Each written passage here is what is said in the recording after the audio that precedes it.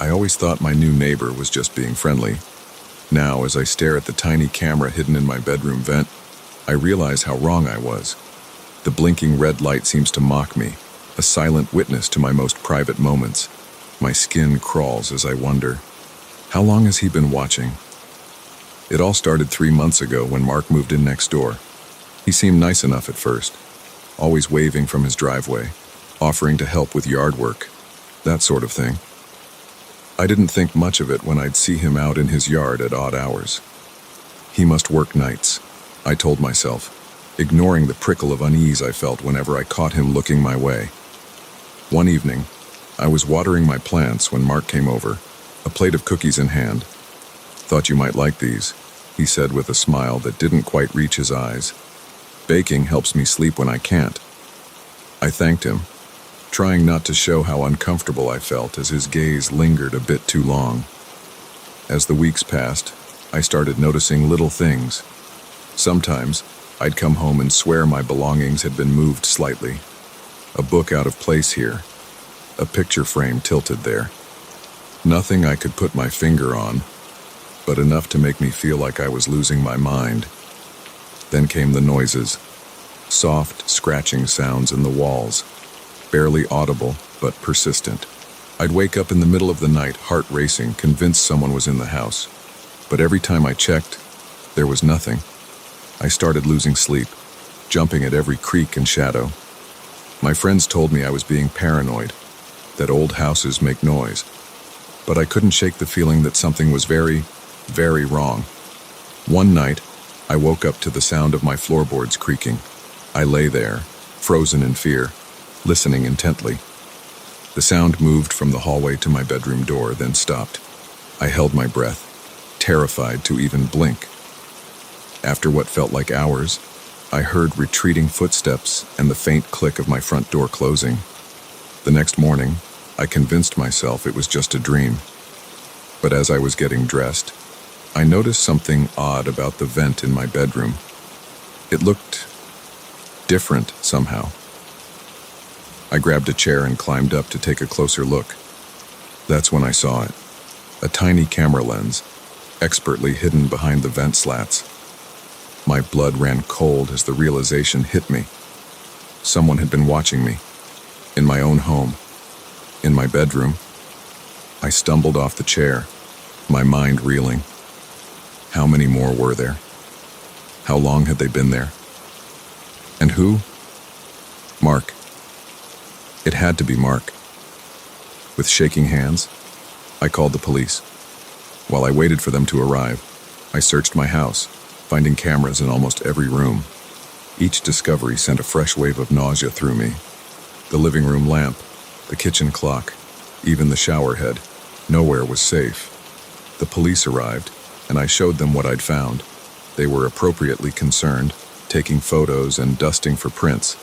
But when I mentioned my suspicions about Mark, they seemed skeptical. "We'll look into it, ma'am," one officer said, "but we can't just accuse someone without evidence." I wanted to scream. Wasn't this enough evidence? But I bit my tongue, nodding numbly as they finished their report. After they left, I couldn't bear to stay in the house. I packed a bag and went to stay with my sister, Sarah. She was horrified when I told her what happened, insisting I stay with her until they caught whoever did this. Days passed, and the police found nothing conclusive. No fingerprints, no DNA. The cameras were all common brands, easily purchased online. They interviewed Mark, but he had an alibi for the night I heard someone in my house. I was beginning to think I'd never know the truth. Then, a week after I'd fled my home, Sarah woke me in the middle of the night. "There's someone outside," she whispered, her face pale with fear. "I think they're trying to get in." We huddled together in her room, listening to the sound of someone rattling the doorknob. Sarah called 911 as I peered out the window, trying to catch a glimpse of the intruder. That's when I saw him. Mark, illuminated by the streetlight, staring directly at me. Our eyes met, and he smiled. That same empty smile he'd given me so many times before. Then he was gone, melting into the shadows just as the police sirens became audible in the distance. The police searched the area but found nothing.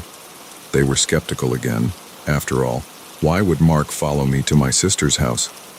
But I knew what I'd seen. I couldn't sleep after that. Every time I closed my eyes, I saw Mark's face. That cold smile seared into my mind. I jumped at every sound, convinced he was just outside, watching and waiting. Sarah tried to help, but I could see the toll it was taking on her.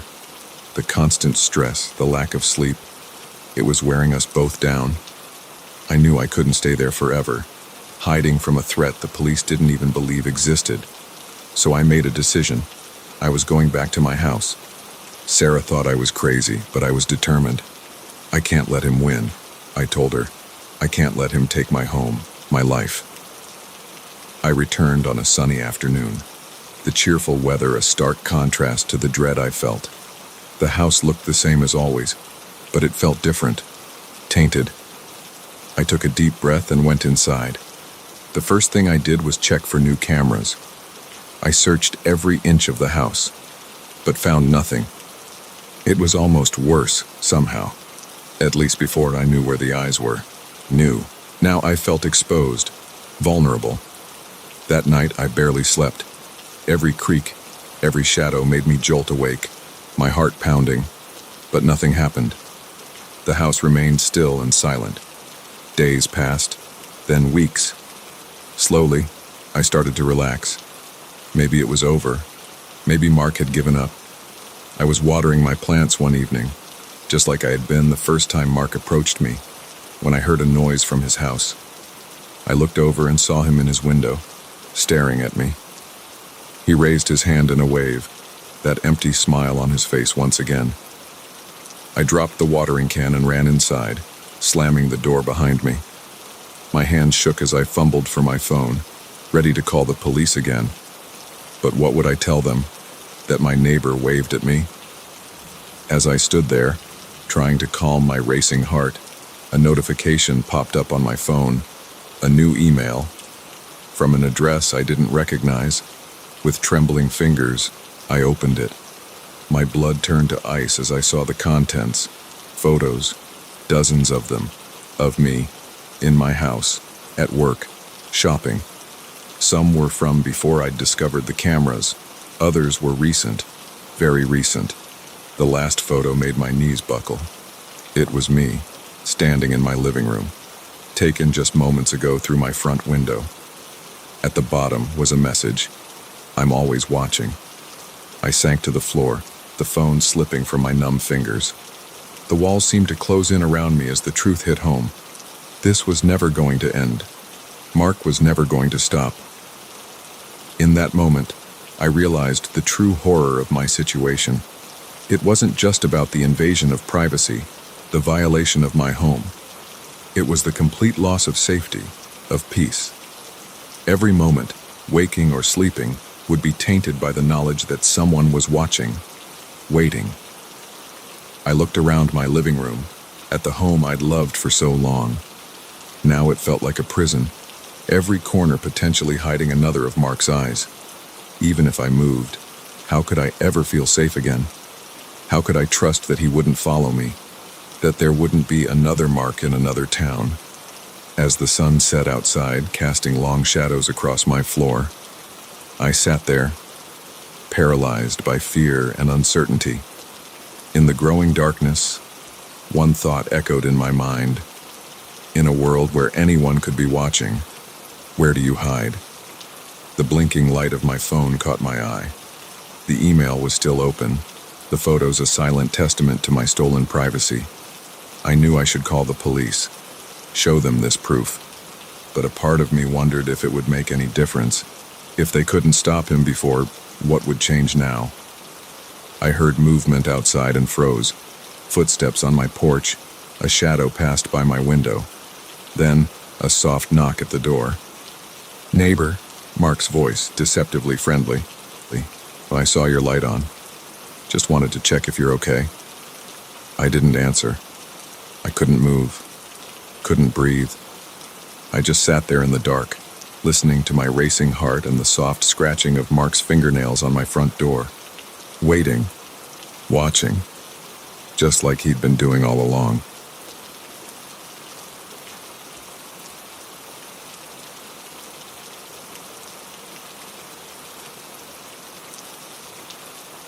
The moment I saw his thumb jutting out from the darkness, I knew I should have kept driving.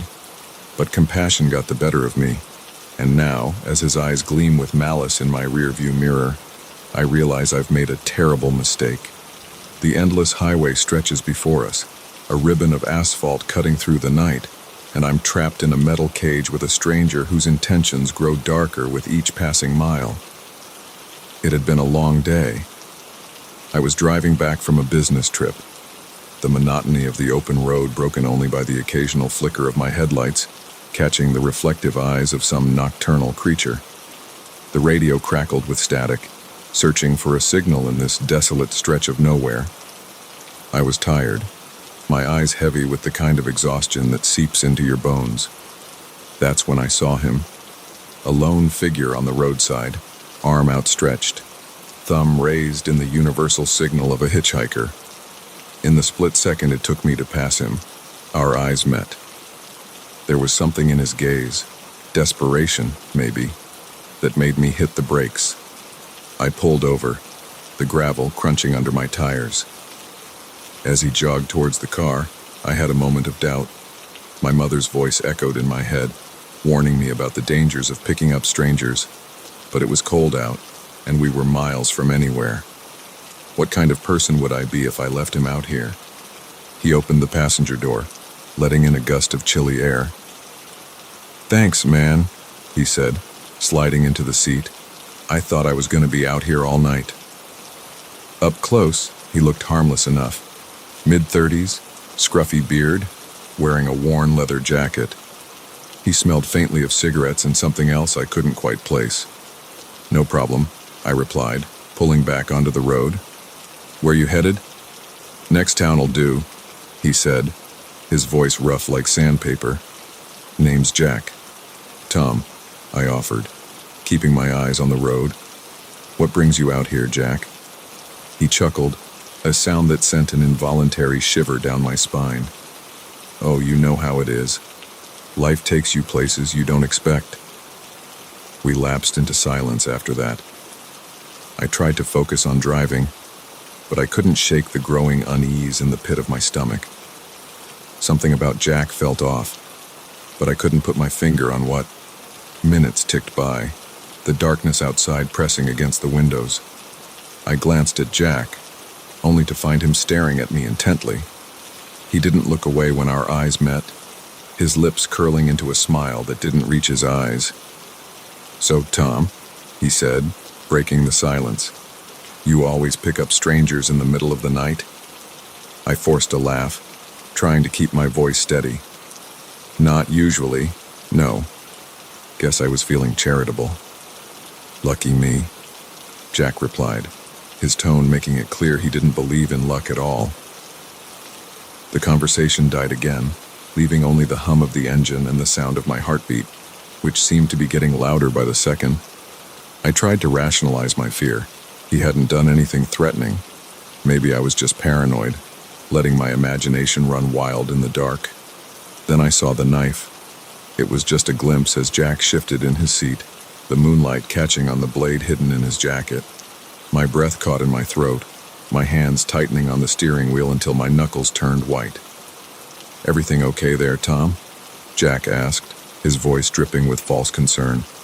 "You're looking a bit pale." I swallowed hard, my mind racing. "Yeah, fine. Just tired."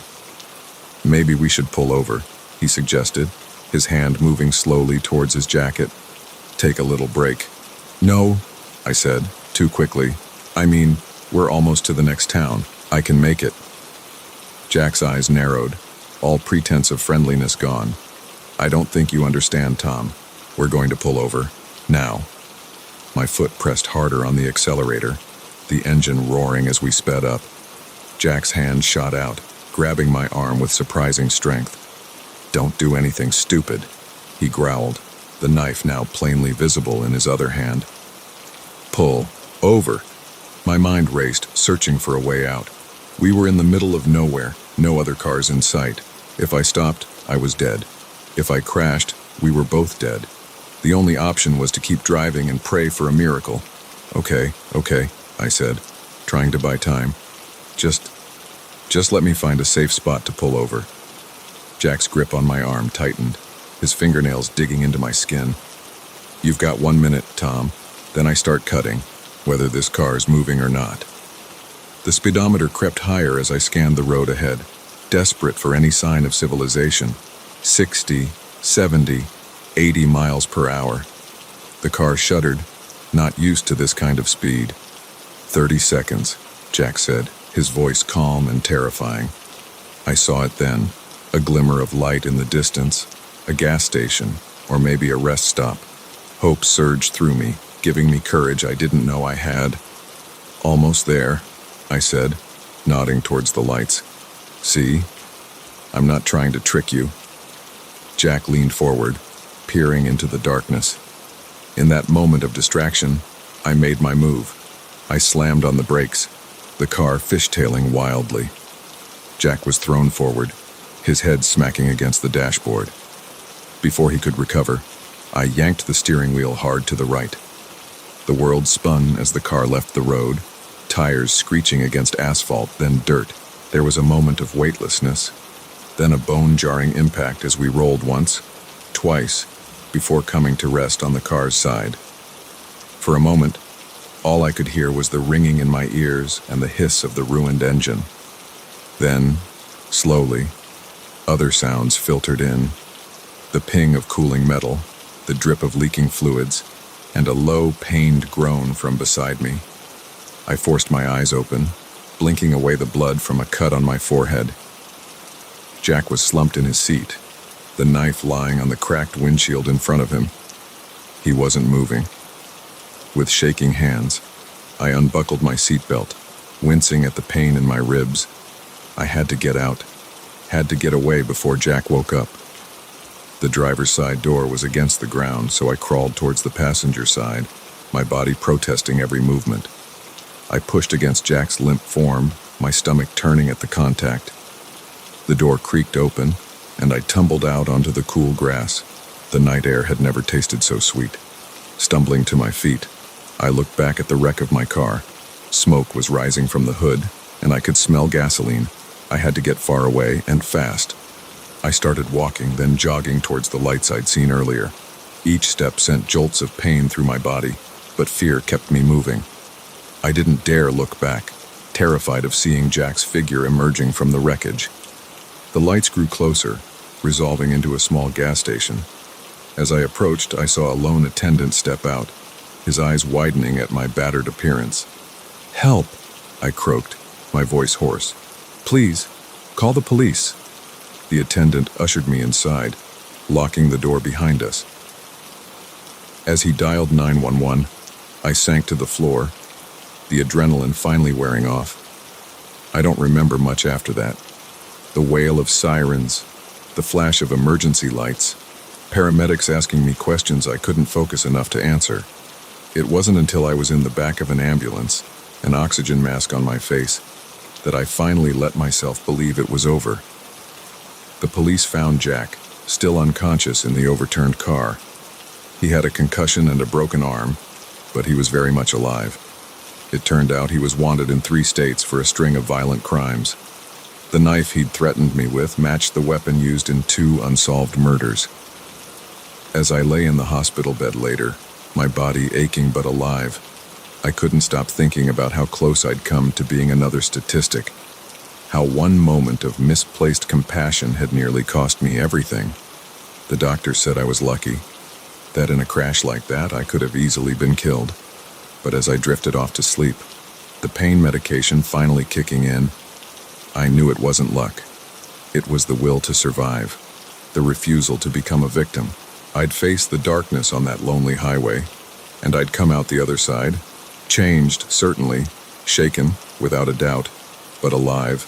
And in that moment, alive was all that mattered. The road to recovery would be long, both physically and mentally. I knew I'd never look at a hitchhiker the same way again. The open road, once a symbol of freedom, now held a lingering threat. But as I closed my eyes, letting the hospital sounds fade away, I made a promise to myself. I would heal, I would move forward, and I would never, ever pick up a stranger on a dark, lonely road again.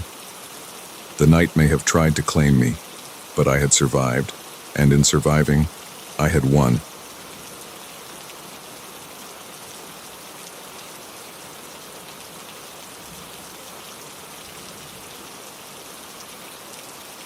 The moment I tasted the oddly sweet tang in my coffee, I knew something was terribly wrong. But by then, it was too late. As my vision blurred and my limbs grew heavy, I caught a glimpse of our cabin owner's face. His welcoming smile had twisted into something sinister, and I realized with growing horror that our peaceful family getaway had just become a nightmare. It had all started so innocently. My wife, Sarah, our 2 kids, Emma and Jake, and I had been planning this trip for months. We'd found the cabin online, a quaint, rustic place nestled deep in the woods, miles from the nearest town. The photos showed a picturesque retreat, all wood paneling and cozy fireplaces. It seemed perfect for a week of family bonding and escape from our hectic city lives. When we arrived, the owner, Bill, was there to greet us.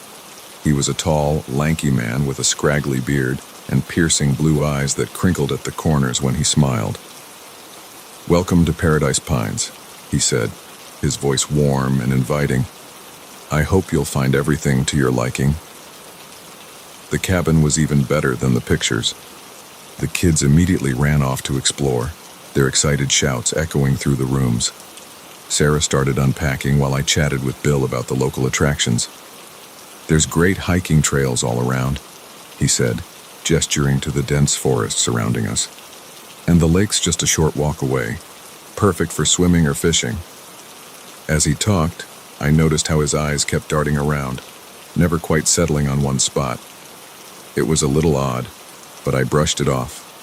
People who choose to live this far out in the wilderness are bound to be a bit eccentric, right? That first day was idyllic. We hiked, swam in the crystal clear lake, and ended the evening roasting marshmallows over a crackling campfire.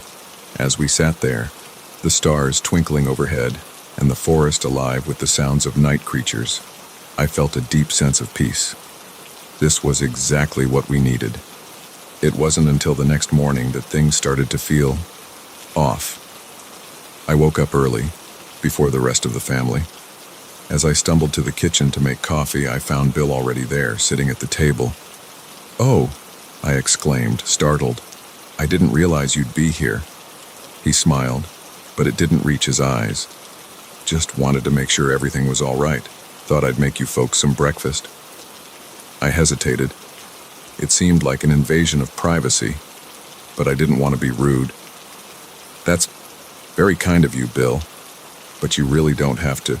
"Nonsense," he interrupted, pushing a steaming mug of coffee towards me. "It's my pleasure. Drink up." I took the mug, inhaling the rich aroma.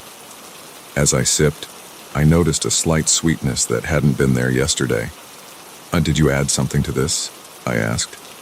Bill's smile widened. "Just a little local honey. Special recipe." That's when the room started to spin. I gripped the edge of the table, trying to steady myself. What did you do?" I slurred, my tongue feeling thick in my mouth.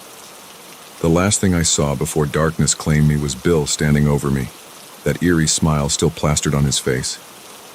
I don't know how long I was out.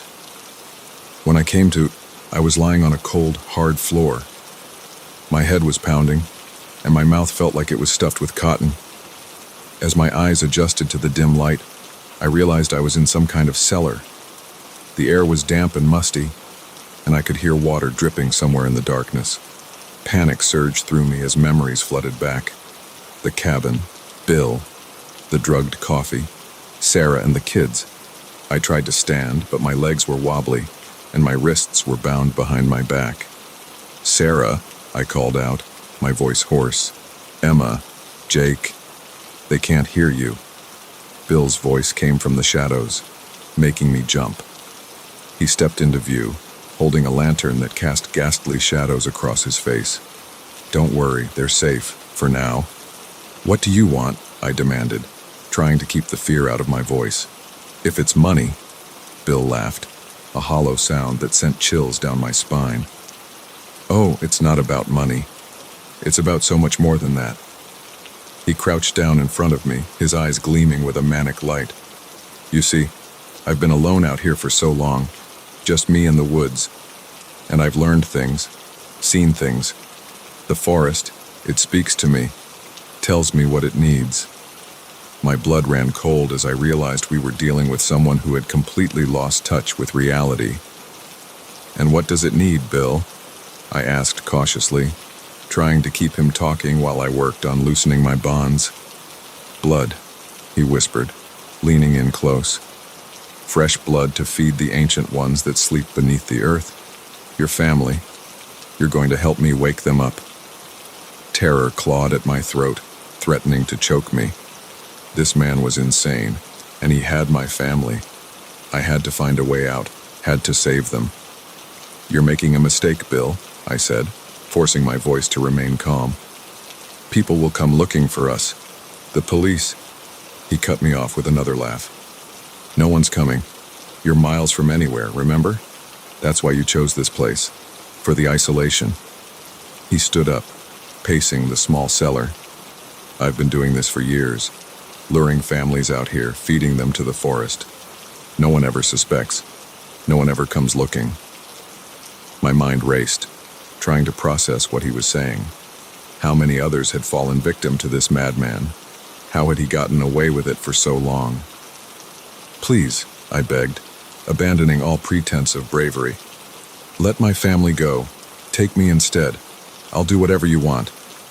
Bill stopped pacing, considering me with a tilt of his head. Brave of you to offer, he mused. But it doesn't work that way. The forest demands innocence. Your children? Their blood is pure, untainted. Bile rose in my throat at his words. I yanked at my restraints, ignoring the pain as the rough rope bit into my wrists. You're sick, I spat. You won't get away with this. He smiled again, that same eerie, empty smile. But I already have. Your wife and kids are probably waking up now, wondering where you've gone. Don't worry, I'll take good care of them. Make sure they're comfortable until it's time. With that, he turned and climbed a set of stairs I hadn't noticed before. A door creaked open, then slammed shut, leaving me alone in the oppressive darkness. I don't know how long I sat there, alternating between frantic attempts to free myself and periods of despair. My wrists were raw and bleeding from my efforts, but the ropes wouldn't budge.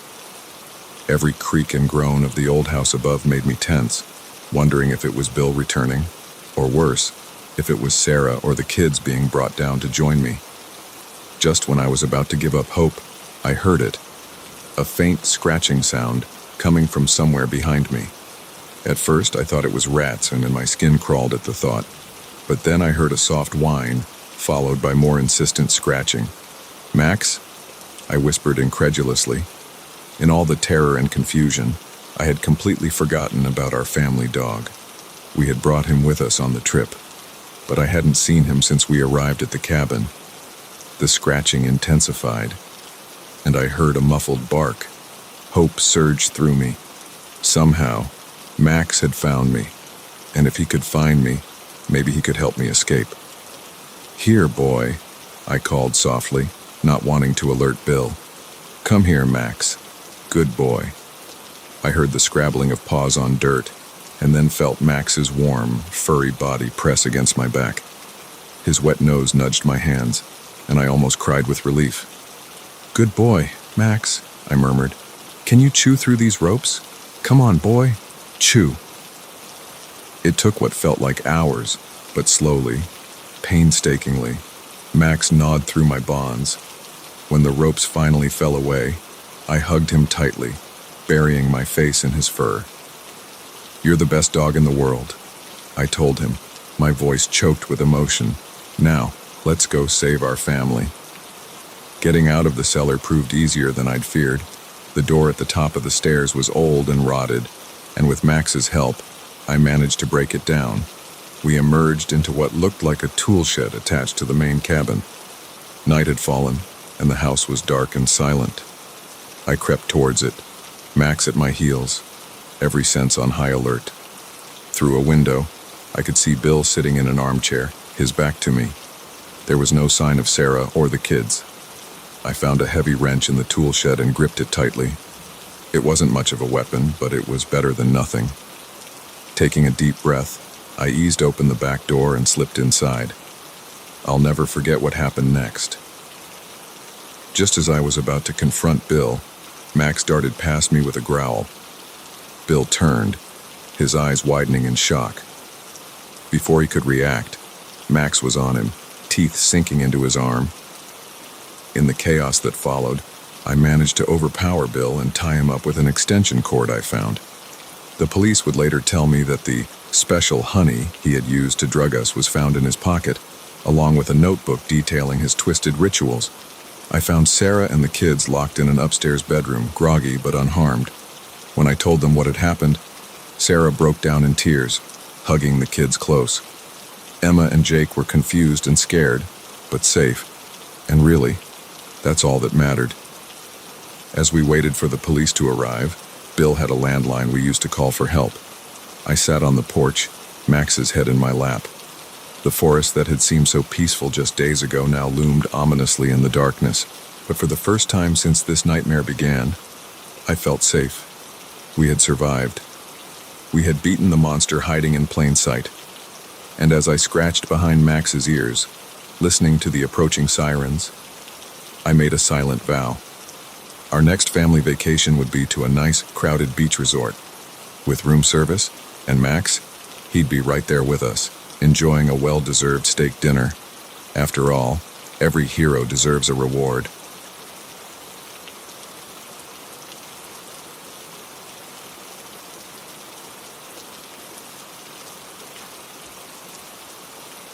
The crunch of leaves under my feet suddenly stopped, and an eerie silence fell over the forest.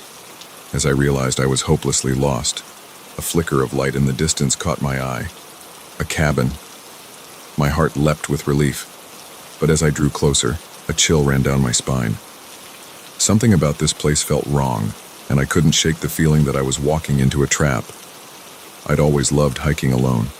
There's something about the solitude, the connection with nature, that I find deeply refreshing. This particular trail was new to me, a challenging route that wound through dense forest and steep inclines. I'd set out early that morning, my backpack loaded with supplies, confident in my abilities and excited for the adventure ahead. The first few hours were exhilarating. The air was crisp, filled with the scent of pine and damp earth. I reveled in the burn in my muscles as I climbed, stopping occasionally to admire the breathtaking views or snap a photo of an interesting plant or rock formation. But as the day wore on, things started to go wrong. My GPS watch malfunctioned, the screen going blank no matter how many times I tried to reset it. Then I realized I'd taken a wrong turn somewhere, the trail markers becoming less frequent until they disappeared altogether. I tried to retrace my steps, but every tree, every rock started to look the same. The sun was sinking lower in the sky, casting long shadows that seemed to reach for me like grasping fingers. Panic began to set in as I realized I was well and truly lost. That's when I saw it. A warm, golden light flickering between the trees. Hope surged through me. A cabin meant people, and people meant help. I pushed through the underbrush, ignoring the branches that snagged at my clothes and scratched my skin. As I burst into the small clearing, I got my first good look at the cabin. It was old, the wood weathered and gray, but there was smoke curling from the chimney and light spilling from the windows. I hesitated at the edge of the trees, that nagging feeling of wrongness intensifying. But what choice did I have? Night was falling fast, and I had no idea where I was or how to get back to my car. With a deep breath, I squared my shoulders and approached the door. I knocked, the sound echoing in the quiet forest. For a long moment, there was no response. I was about to knock again when I heard movement inside. The door creaked open, and I found myself face to face with an elderly couple. Well, "Hello there," the woman said, her voice warm and inviting. "Are you lost, dear?" I nodded, relief washing over me. "Yes, I'm afraid so. I was hiking and took a wrong turn. I hate to impose, but I was wondering if I could use your phone to call for help." The man smiled, stepping back to open the door wider. "Of course. Come in, come in. We don't get many visitors out here." I stepped inside, the warmth from the fireplace instantly soothing my chilled skin.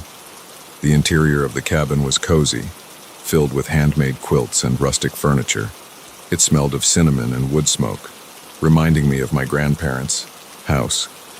"I'm Martha," the woman said, "and this is my husband, George. Why don't you have a seat by the fire and warm up?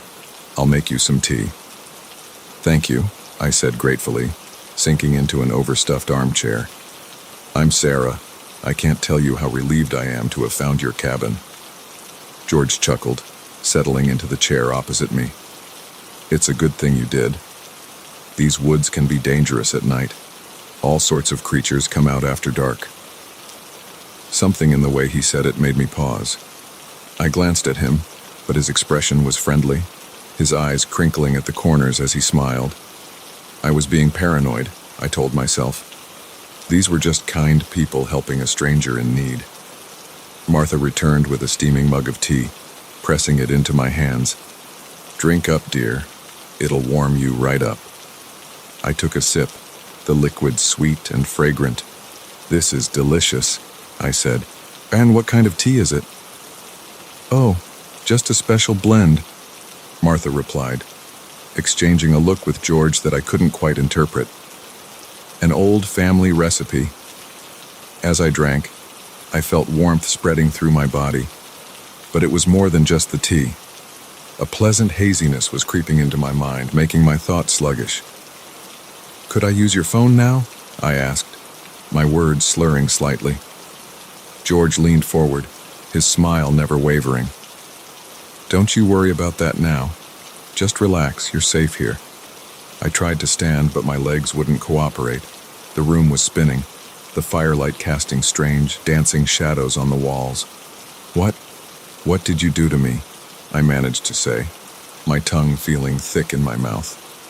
Martha patted my hand, her touch icy cold despite the warmth of the room. "Shh, it's all right. You'll feel better soon." As my vision began to blur, I saw George stand and move to a corner of the room. He bent down and lifted what looked like a trapdoor in the floor. Cold air rushed in, carrying with it a smell that made my stomach turn. It was the metallic tang of blood mixed with the sickly sweet odor of decay. "No," I tried to say, but it came out as little more than a whimper. I wanted to run, to fight, but my body wouldn't respond. I was trapped, helpless as a newborn kitten.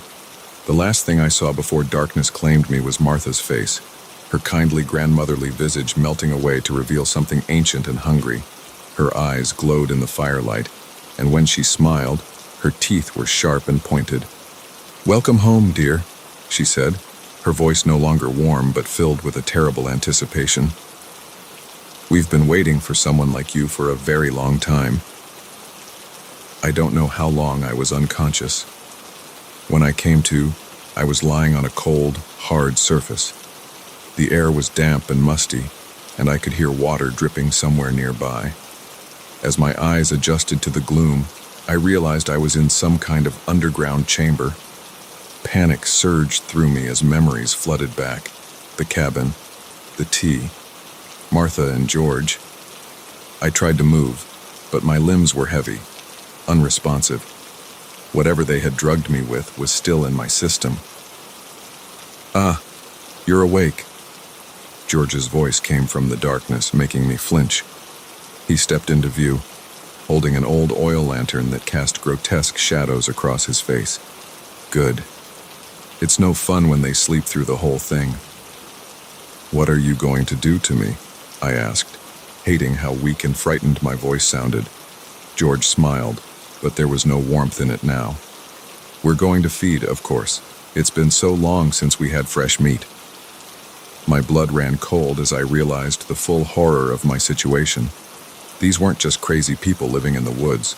They were something else entirely, something inhuman. "You can't do this," I said, trying to inject some strength into my voice. "People will come looking for me." Martha's laughter echoed through the chamber, a sound like breaking glass. "Oh, my dear, that's what they all say, but no one ever comes. No one ever finds this place unless we want them to." She stepped into the light, and I had to bite back a scream. Her appearance had changed completely. Her skin was pale and translucent, stretched tight over her skull. Her eyes were sunken, glowing with an unnatural light, and her mouth was full of razor-sharp teeth, like a shark's. "What are you?" I whispered, terror clawing at my throat. "We are the old ones," George said, his voice taking on a strange, echoing quality. "We were here long before your kind came to these woods, and we'll be here long after you're gone." Martha ran a cold, clawed hand down my cheek. "We've been so hungry, waiting for the right traveler to come along, and you, my dear, are perfect." I squeezed my eyes shut, willing this all to be a nightmare. But the cold stone beneath me, the damp air, the smell of decay, it was all too real. Just as I was about to give in to despair, I felt something, a warmth in my pocket. My phone. In all the chaos, I'd forgotten I had it with me. It must have been protected from whatever signal-blocking magic these creatures used on my GPS. Hope surged through me, giving me strength. I had to keep them talking, keep them distracted while I tried to reach my phone. "Why me?" I asked, forcing my voice to remain steady. "Why not someone else?" George tilted his head, considering. "You have a strength in you, a life force that burns brighter than most. It will sustain us for a long time." As they spoke, I inched my hand towards my pocket, praying they wouldn't notice. My fingers closed around my phone, and I almost sobbed with relief. "But enough talk," Martha said, her voice filled with hunger. "It's time to feast." They both moved towards me, their forms shifting and changing into something even more monstrous. But in that moment, I acted. I pulled out my phone and hit the emergency call button, the screen lighting up the chamber. The creatures shrieked, recoiling from the light. I scrambled to my feet, adrenaline overcoming the last of the drug's effects. I ran, following the faint breeze that indicated the way out. Behind me, I could hear them recovery, their inhuman howls echoing through the underground tunnels. But I didn't look back. I ran faster than I ever had in my life, bursting out of the trapdoor and into the cabin. I didn't stop. I ran out the door and into the forest, my phone clutched in my hand like a lifeline. I could hear them pursuing, crashing through the underbrush behind me. But the emergency operator was talking in my ear, assuring me that help was on the way. I ran until my lungs burned and my legs felt like they would give out. Just when I thought I couldn't go any further, I saw lights through the trees. Red and blue flashing lights. Police cars. I stumbled into the clearing, collapsing into the arms of a startled officer. As I gasped out my story, more cars arrived. The forest was soon swarming with police and rescue workers. They searched the woods, but found no trace of the cabin or the creatures. It was as if they had never existed. But I knew what I had seen, what I had experienced. As I sat in the back of an ambulance, a blanket wrapped around my shoulders, I couldn't shake the feeling that this wasn't over. Somewhere in those dark woods, Martha and George were waiting, hungry, patient, and I knew that I would never hike alone again.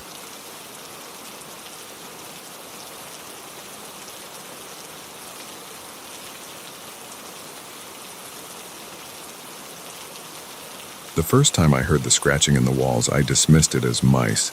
But when I found my underwear drawer rearranged and a single long, dark hair that wasn't mine on my pillow, I knew with chilling certainty someone was living in my walls, watching my every move.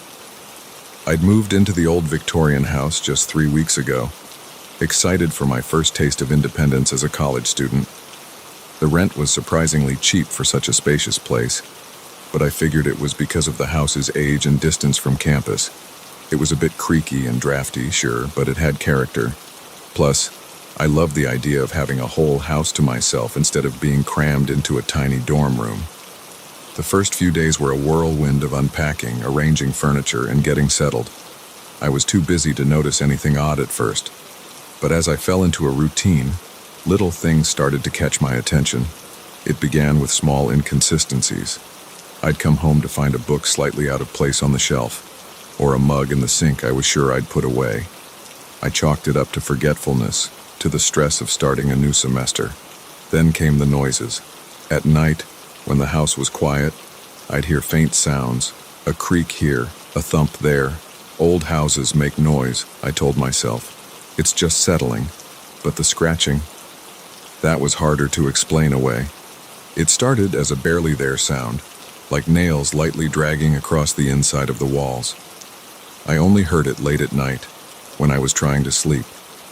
I bought some mouse traps, thinking I'd solved the mystery. The scratching continued. It was a week ago that things escalated. I came home from a late study session at the library, exhausted and looking forward to falling into bed. As I flicked on my bedroom light, something felt off. My eyes scanned the room, trying to pinpoint what was wrong. Then I saw it. My dresser drawers were ever so slightly ajar. Not much, just a hair's breadth, but I was certain I'd closed them that morning. Heart pounding, I crossed the room and slowly pulled open the top drawer. My underwear, usually a jumbled mess, was neatly folded and arranged by color. I slammed the drawer shut, my mind reeling. Had someone broken in? But nothing was missing, and there were no signs of forced entry. I checked every window, every door, all locked. That night, I barely slept. Every creak, every distant sound had me sitting bolt upright in bed, straining my ears. The scratching in the walls seemed louder, more insistent. The next morning, I found the hair on my pillow. Long, dark, and definitely not mine. I'm a blonde. That was the moment the truth hit me like a physical blow. Someone was in my house, not just breaking in occasionally, but living here, watching me. And they had access to areas I couldn't see. I spent that day in a fog of fear and disbelief. I went through the motions of attending classes, but I couldn't focus. My mind kept conjuring images of someone sliding through hidden passages in the walls, peering at me through imperceptible holes. When I got home, I stood in the entryway for a long time, keys clutched in my hand like a weapon. The house suddenly felt alien, threatening. Every shadow seemed to move, every corner potentially hiding my unseen roommate. I knew I should call the police. But what would I tell them? That I suspected someone was living in my walls because of some misplaced objects and a mysterious hair. They'd think I was crazy. So I decided to gather evidence. I started by methodically examining every inch of the house, looking for hidden entrances or peek holes. I tapped on walls, listening for hollow spots. I scrutinized the floors for trapdoors. I found nothing, but I knew I wasn't imagining things. That night, I set up my laptop to record my room while I slept. I didn't expect to get much rest, but exhaustion eventually pulled me under. The scratching woke me around 3 a.m. It was closer this time, just on the other side of the wall by my bed. I lay there, frozen, barely breathing, as it moved slowly along the wall. Then, silence. Minutes ticked by. I was about to convince myself I'd dreamed it when I heard a soft thud from my closet. My heart nearly stopped. With trembling hands, I reached for my phone on the nightstand, using its glow to illuminate the room. The closet door, which I always kept firmly shut, was now slightly ajar. I wanted to run, to scream, to do anything but lie there in terrified paralysis, but I knew that any sudden movement might provoke whoever, whatever, was in there. So I waited, counting my ragged breaths, until the first light of dawn began to filter through my curtains. Only then did I find the courage to move. I crept to the closet, phone held out in front of me like a shield. With a deep breath, I yanked the door open. Nothing. Just my clothes, shoes, and boxes of old textbooks. I pushed aside hangers, checked behind every item. There was no sign anyone had been there. But as I turned to leave, something caught my eye. A slight discoloration on the back wall of the closet. I ran my hand over it and felt the slightest give. Pressing harder, I heard a soft click.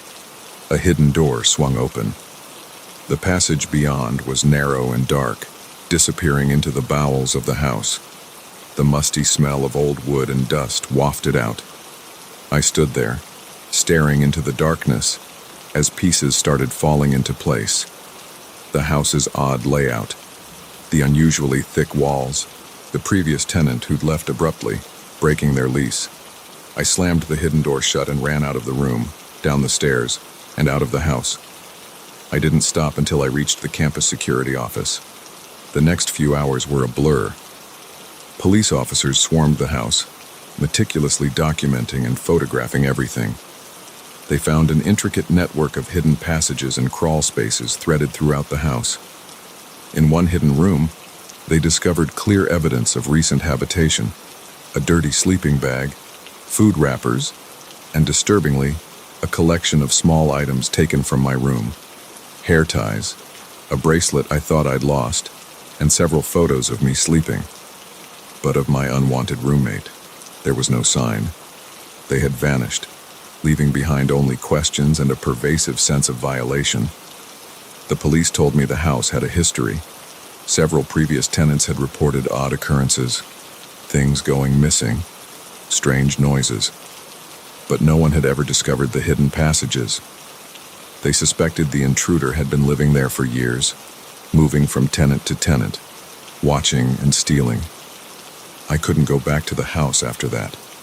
The thought of sleeping there, knowing those passages existed, knowing someone had been watching me, was unbearable. I moved into a friend's spare room while I looked for a new place. Weeks have passed, and the police still haven't found the person who was living in my walls. Sometimes, in the dead of night, I wake up in a cold sweat, certain I've heard scratching. I have to remind myself that I'm safe, that there are no hidden passages here. But a part of me wonders, how many other old houses have secrets in their walls? How many other unseen watchers are out there, peering through the cracks, living in the shadows? I may have escaped my hidden roommate, but I can't shake the feeling that I'm still being watched. Every time I enter a room, I find myself scanning the walls, looking for signs of hidden doors or peepholes. I startle at unexpected noises and can't relax if a closet door is left open. The experience has changed me in ways I'm still discovering. I'm more cautious now, more aware of my surroundings, but I'm also more fearful. The sense of safety I once took for granted has been shattered, replaced by a constant, low-level anxiety. I've started seeing a therapist to help me process the trauma. She tells me it's normal to feel this way after such an invasion of privacy, that healing will take time. I'm trying to believe her.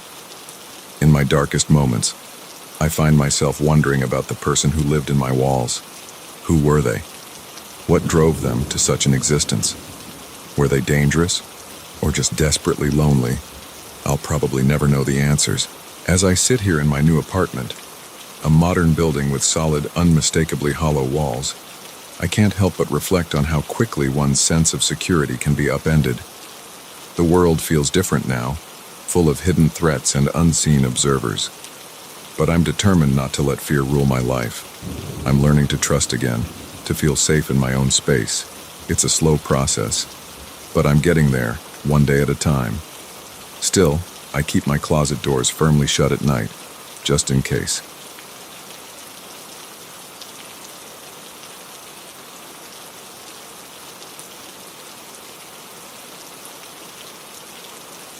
The moment the power died, I knew I wasn't alone in the house. The sudden darkness was suffocating, but it was the silence that followed. A silence so complete it seemed to have a weight of its own that sent chills down my spine. Then, unmistakably, I heard it. the soft creak of a floorboard from somewhere upstairs. I had always prided myself on being independent. Living alone in my small suburban house never bothered me before. I even enjoyed the solitude, the freedom to come and go as I pleased without having to consider anyone else. But right now, as I stood frozen in my pitch-black living room, I would have given anything for a roommate, a pet, any sign of life besides my own ragged breathing. The day had started normally enough. I went to work, grabbed groceries on the way home, and settled in for a quiet evening. The weather forecast had warned of a severe thunderstorm, but I wasn't too concerned. I'd lived through plenty of storms before.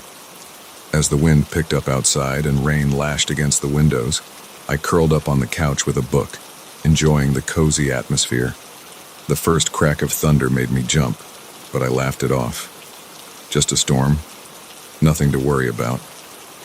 Then the lights flickered once, twice, and went out completely. For a moment, I sat in stunned silence, waiting for my eyes to adjust to the sudden darkness. The storm seemed to intensify, wind howling around the house like a living thing. I fumbled for my phone on the coffee table, cursing when I realized the battery was nearly dead. Of course, I'd forgotten to charge it. Using the faint light from my phone screen, I made my way to the kitchen to find some candles. That's when I heard it, that creak from upstairs.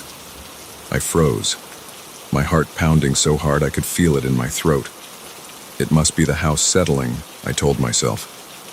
Old houses make noise during storms, but even as I thought it, I knew I was lying to myself. That sound was deliberate, the unmistakable weight of a footstep on an old wooden floor.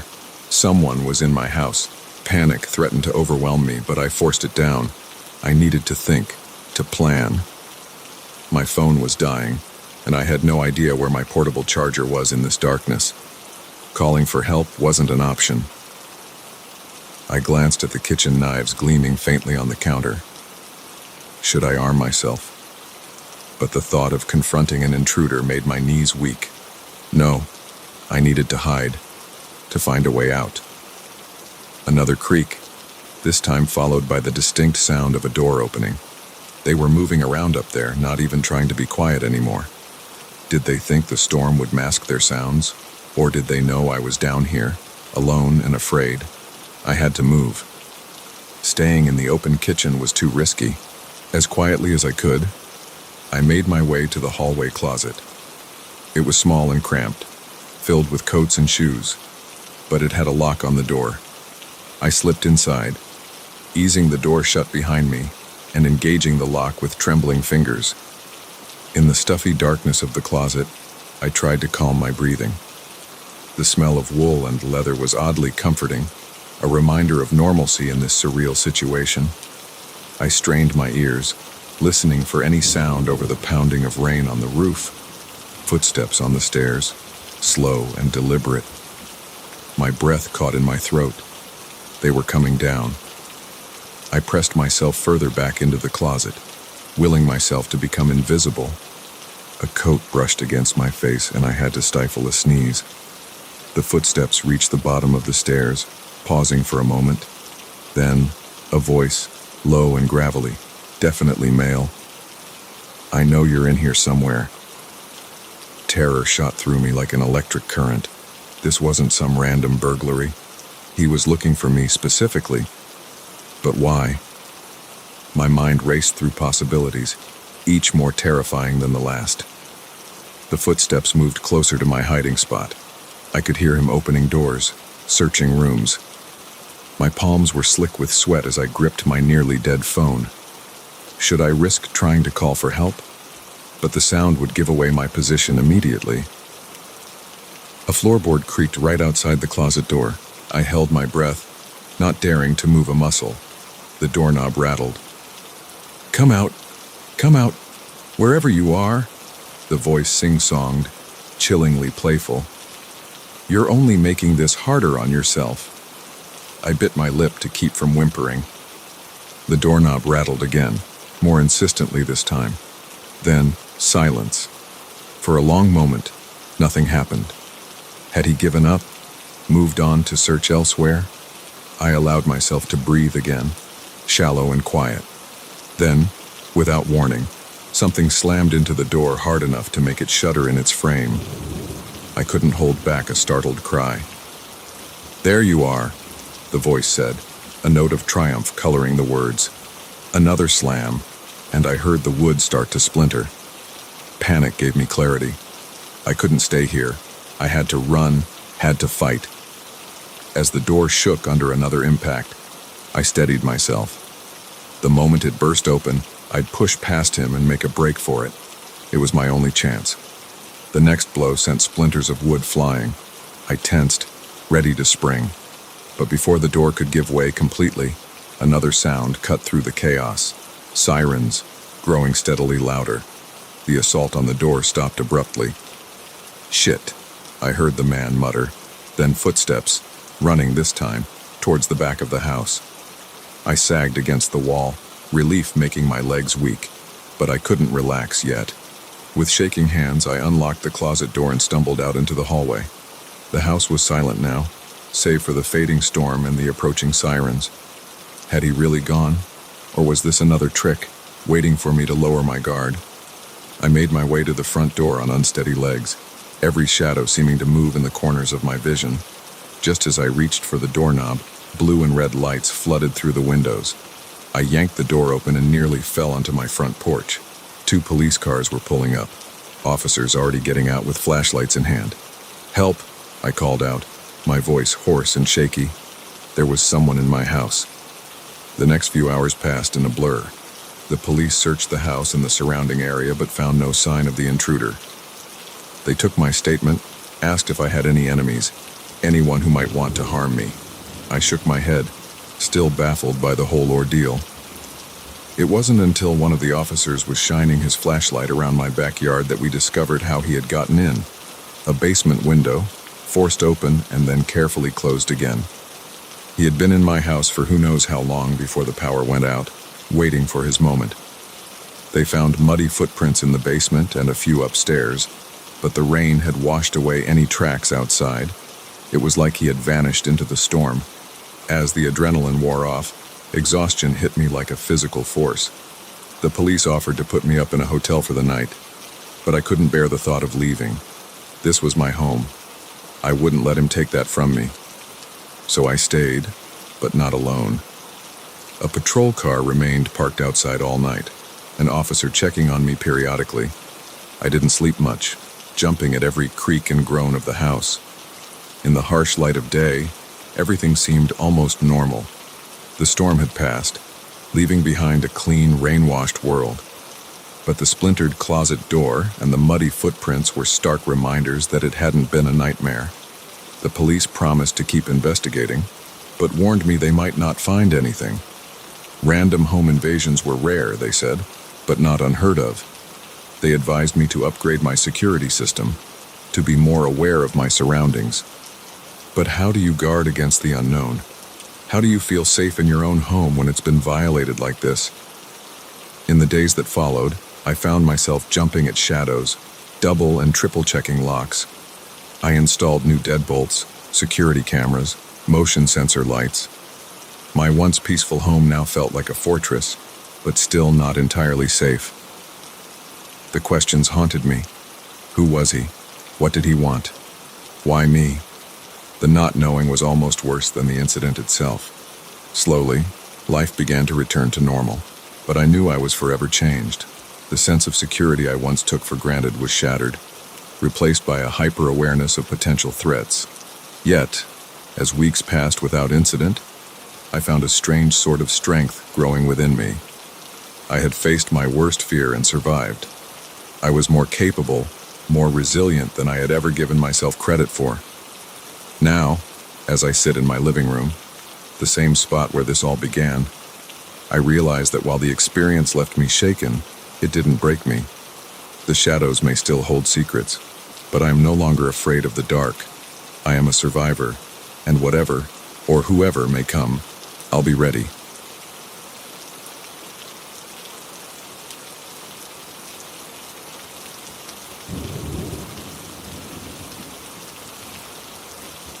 The moment I saw his eyes in the rearview mirror, I knew I'd made a terrible mistake.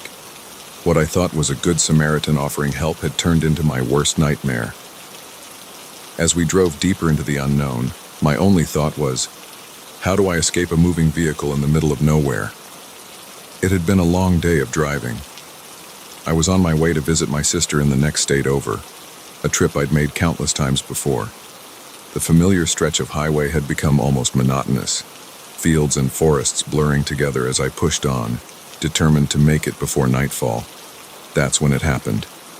A loud pop, followed by the sickening lurch of my car pulling to the right. Flat tire. Perfect. I managed to guide the car onto the shoulder, gravel crunching under the wheels as I came to a stop. Sighing, I got out to assess the damage. The rear passenger tire was completely shredded. I opened the trunk, already dreading the task ahead. That's when I realized I had another problem. My spare was flat. Frustration welled up inside me. I was still at least an hour from my sister's place, and now I was stranded on the side of the road with no way to fix my car. I pulled out my phone, hoping to call for a tow truck, only to see those dreaded words, "No service." As I stood there, trying to figure out my next move, a pickup truck slowed and pulled over in front of me. A man got out, probably in his late 40s, wearing a worn baseball cap and a flannel shirt. "Car trouble," he called out, walking towards me. I nodded, relief washing over me. "Yeah, flat tire, and my spare's no good." He clicked his tongue sympathetically. "That's a tough break. Want me to take a look?" I gestured towards the car. "Be my guest, but I think it's a lost cause." He examined the tire, then straightened up. "Yeah, you're not going anywhere on that. Tell you what, there's a service station about 20 miles up the road. I can give you a ride, and we can get someone to come back for your car." I hesitated. Every instinct told me not to get into a car with a stranger, but what choice did I have? I was stuck here otherwise, and it would be getting dark soon. "That'd be great, thank you," I said, trying to sound more confident than I felt. He smiled, but something about it didn't quite reach his eyes. "Happy to help. Grab what you need and hop in." I quickly gathered my phone, wallet, and a small bag with some essentials. As I climbed into his truck, I sent a silent prayer that I was making the right decision. The first few minutes of the drive were uneventful. He introduced himself as Mike and asked where I was headed. I gave him the broad strokes, careful not to reveal too much personal information. But as we drove, something felt off. The roads didn't look familiar anymore. Weren't we supposed to be heading towards a town? All I could see were dense woods on either side of the road. "Are you sure this is the way to the service station?" I asked, trying to keep my voice casual. Mike's grip tightened on the steering wheel. "Oh, it's just up ahead a bit. Roads changed since you've been through here last, I bet." I nodded, but my heart was starting to race. I surreptitiously checked my phone again. Still no service. That's when I caught his eyes in the rearview mirror. The friendly demeanor was gone, replaced by something cold and calculating. A chill ran down my spine as I realized the danger I was in. I had to think fast. Jumping out of a moving vehicle wasn't an option. We were going too fast, and even if I survived the fall, I'd be stranded in the middle of nowhere. I needed to find a way to get him to stop, or to attract attention somehow. "You know," I said, forcing a lightness into my voice I didn't feel, "I think I left something important in my car. Would you mind if we turned back?" Mike's jaw clenched. "Can't do that. We're almost there." "Please," I insisted. "It'll only take a minute. I really need—" I said no, he snapped, all pretense of friendliness gone. "You're not going anywhere." Fear threatened to overwhelm me, but I pushed it down. Panic wouldn't help me now. I needed to stay calm, to look for an opportunity. As we rounded a bend, I saw something that made my heart leap, a gas station. It was small and looked run down, but it was civilization. "Oh, look," I said, pointing. "Maybe they can help with my car. Why don't we stop there?" Mike's knuckles were white on the steering wheel. That place is closed, has been for years. But as we approached, I could clearly see lights on inside and a car parked out front. Mike was lying, and we both knew it. In that moment, I made a decision. It was risky, but it was my only chance. As we drew level with the gas station, I grabbed the steering wheel and yanked it hard to the right. The truck swerved violently. Mike swore, trying to regain control. We fishtailed across the road, tires screeching. For a terrifying moment, I thought we might flip over. Then we were spinning into the gas station parking lot. The truck slammed to a halt as it hit a concrete barrier. The impact knocked the wind out of me, but adrenaline kept me moving. I fumbled with my seatbelt, my hands shaking so badly I could barely work the clasp. Mike was slumped over the steering wheel, dazed but starting to stir. Finally, I got the seatbelt off. I threw open the door and tumbled out, my legs weak and rubbery. I could hear shouting. Someone from the gas station had come out to see what happened. "Help!" I screamed, stumbling towards them. "Please, help me!" I heard a car door slam behind me. Mike had recovered and was coming after me. But before he could reach me, 2 men from the gas station were there, putting themselves between us. "What's going on here?" one of them demanded. Words poured out of me in a rush. The flat tire, the offer of help, the realization that something was very wrong. Mike tried to interject, to spin some story about me being confused or drunk, but the men weren't buying it. One of them guided me inside while the other kept an eye on Mike. The gas station attendant called the police, his voice fading into the background as the adrenaline crash hit me hard. I sank into a chair, shaking uncontrollably. It was over. I was safe. But the fear, the horrible realization of what might have happened, was only just starting to sink in. The police arrived quickly, lights flashing as they pulled into the parking lot. They separated us, taking our statements. I watched as they put Mike in handcuffs and into the back of a patrol car. One of the officers approached me, his face grave. "Ma'am, we're going to need you to come down to the station. There are some questions we need to ask you." I nodded numbly, too exhausted to do anything but comply. At the police station, the full horror of what I'd narrowly escaped became clear. Mike, whose real name turned out to be Gerald Hoffman, was a suspect in several disappearances along this stretch of highway. They'd been looking for him for months, but he'd always managed to stay one step ahead, until now, until me. As I gave my statement, described every detail I could remember, a sick feeling grew in the pit of my stomach. How many others had fallen for his act? How many hadn't been as lucky as me? The police praised my quick thinking, my bravery in creating the accident. But I didn't feel brave. I felt stupid for getting into the truck in the first place, for ignoring my instincts that had told me something was wrong.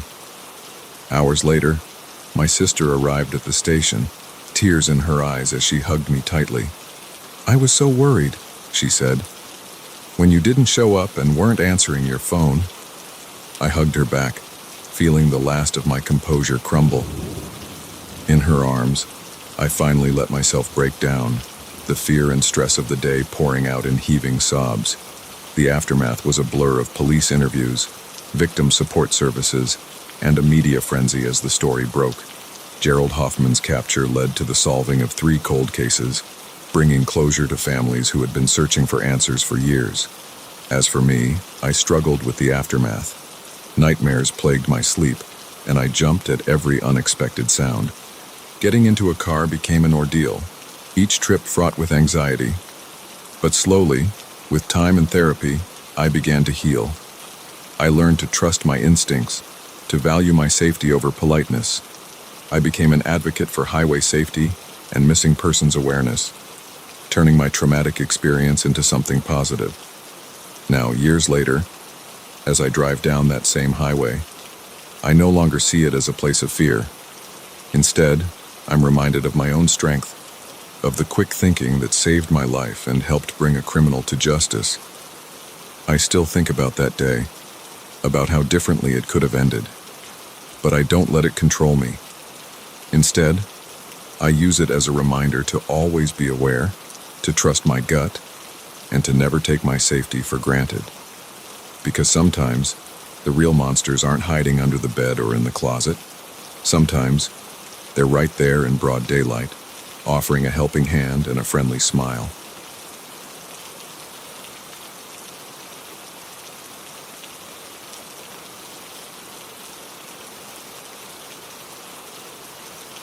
The moment I tasted the oddly sweet tang in my coffee, I knew something was terribly wrong. But by then, it was too late. As my vision blurred and my limbs grew heavy, I caught a glimpse of our innkeepers' faces. Their welcoming smiles had twisted into something sinister, and I realized with growing horror that our quaint bed and breakfast getaway had just become a nightmare.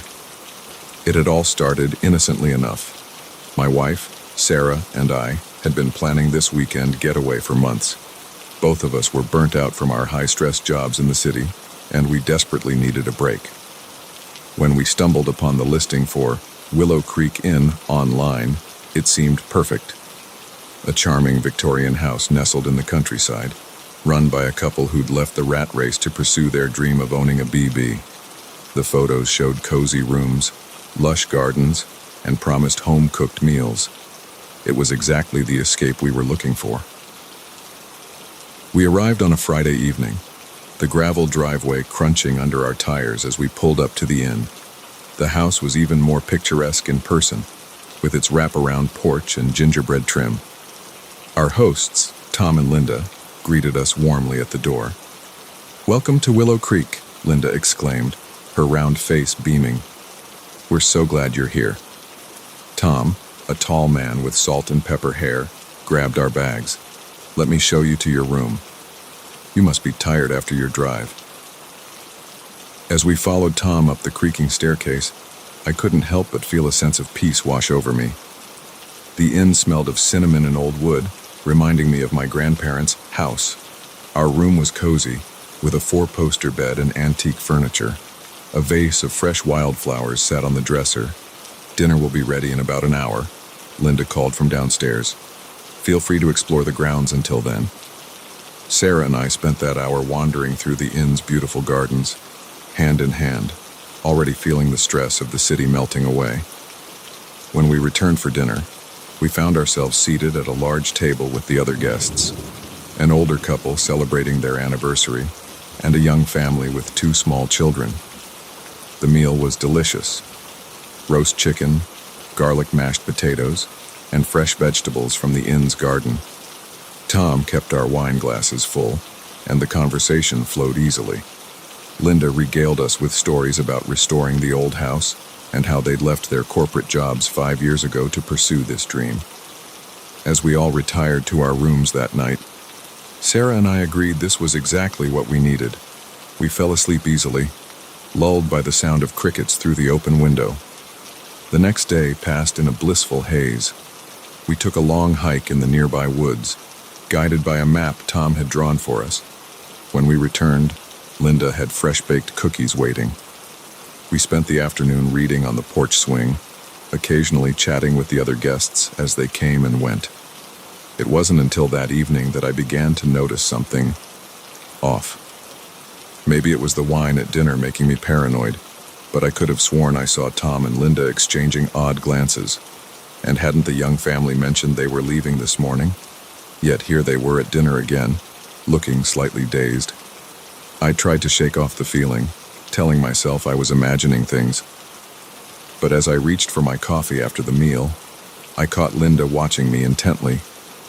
There was something in her eyes, anticipation, that made me pause. I took a sip, and that's when I tasted it. Under the rich flavor of the coffee was a sweetness that didn't belong. My heart began to race as I realized what was happening. "Sarah," I said urgently, turning to my wife. But the words died in my throat as I saw her slump in her chair, her eyes rolling back. I tried to stand, to run, to do anything, but my body wouldn't cooperate. The room began to spin, and I felt myself sliding out of my chair. The last thing I saw before darkness took me was Tom and Linda standing over me, those friendly smiles now twisted into cruel sneers. I don't know how long I was out. When I came to, I was lying on a cold, hard surface. The air was damp and musty, and I could hear water dripping somewhere nearby. As my eyes adjusted to the gloom, I realized I was in some kind of cellar. Panic surged through me as memories flooded back. The inn, the drugged coffee, Sarah. I tried to move, but my limbs were heavy, unresponsive. Whatever they had drugged us with was still in my system. I managed to turn my head, and my heart nearly stopped. Sarah was lying next to me, still unconscious. Beyond her, I could make out other shapes in the darkness. The other guests. "Ah, you're awake." Tom's voice came from the shadows, making me flinch. He stepped into view, holding an old oil lantern that cast grotesque shadows across his face. "Good. It's no fun when they sleep through the whole thing." "What are you going to do to us?" I asked, hating how weak and frightened my voice sounded. Tom smiled, but there was no warmth in it now. "Oh, we're going to take care of you, just like we've taken care of all our special guests." Linda appeared beside him, her once friendly face now cold and calculating. "You city folk," she said, shaking her head.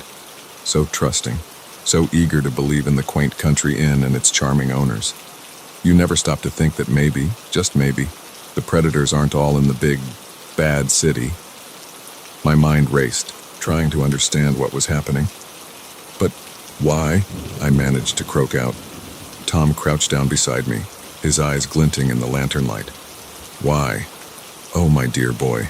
For the thrill, of course. For the power. Do you have any idea how intoxicating it is to have complete control over someone's life? To watch the hope drain from their eyes as they realize no one is coming to save them?" I felt sick, the full horror of our situation sinking in. This wasn't just a robbery or a kidnapping. These people were true psychopaths, and we had walked right into their trap. "Please," I begged, my eyes darting to Sarah's still form. "Let her go. Take me. Do whatever you want to me, but let her go." Linda laughed, a sound like breaking glass. "Oh, how noble. But that's not how this works. You see, we like to keep couples together. It's so much more interesting that way." As they talked, I desperately tried to think of a way out, but my body still felt like lead, and even if I could move, where would we go? We were trapped in a cellar, in a remote inn, miles from anywhere. No one knew where we were. No one would miss us for days. Tom must have seen the despair in my eyes because he patted my cheek condescendingly. "Don't worry. We'll take our time with you. Make it last. After all, you're on vacation. No need to rush." With that, they turned and climbed a set of stairs I hadn't noticed before. A door creaked open, then slammed shut, leaving us in darkness. I don't know how long I lay there, drifting in and out of consciousness as the drug slowly wore off. I tried calling out to Sarah, to the others, but no one responded. The only sounds were the steady drip of water and the occasional scurry of what I hoped were just rats. As feeling returned to my limbs, I began to test my bonds. They had tied us with rope, tight enough to bite into my skin, but not so tight as to cut off circulation.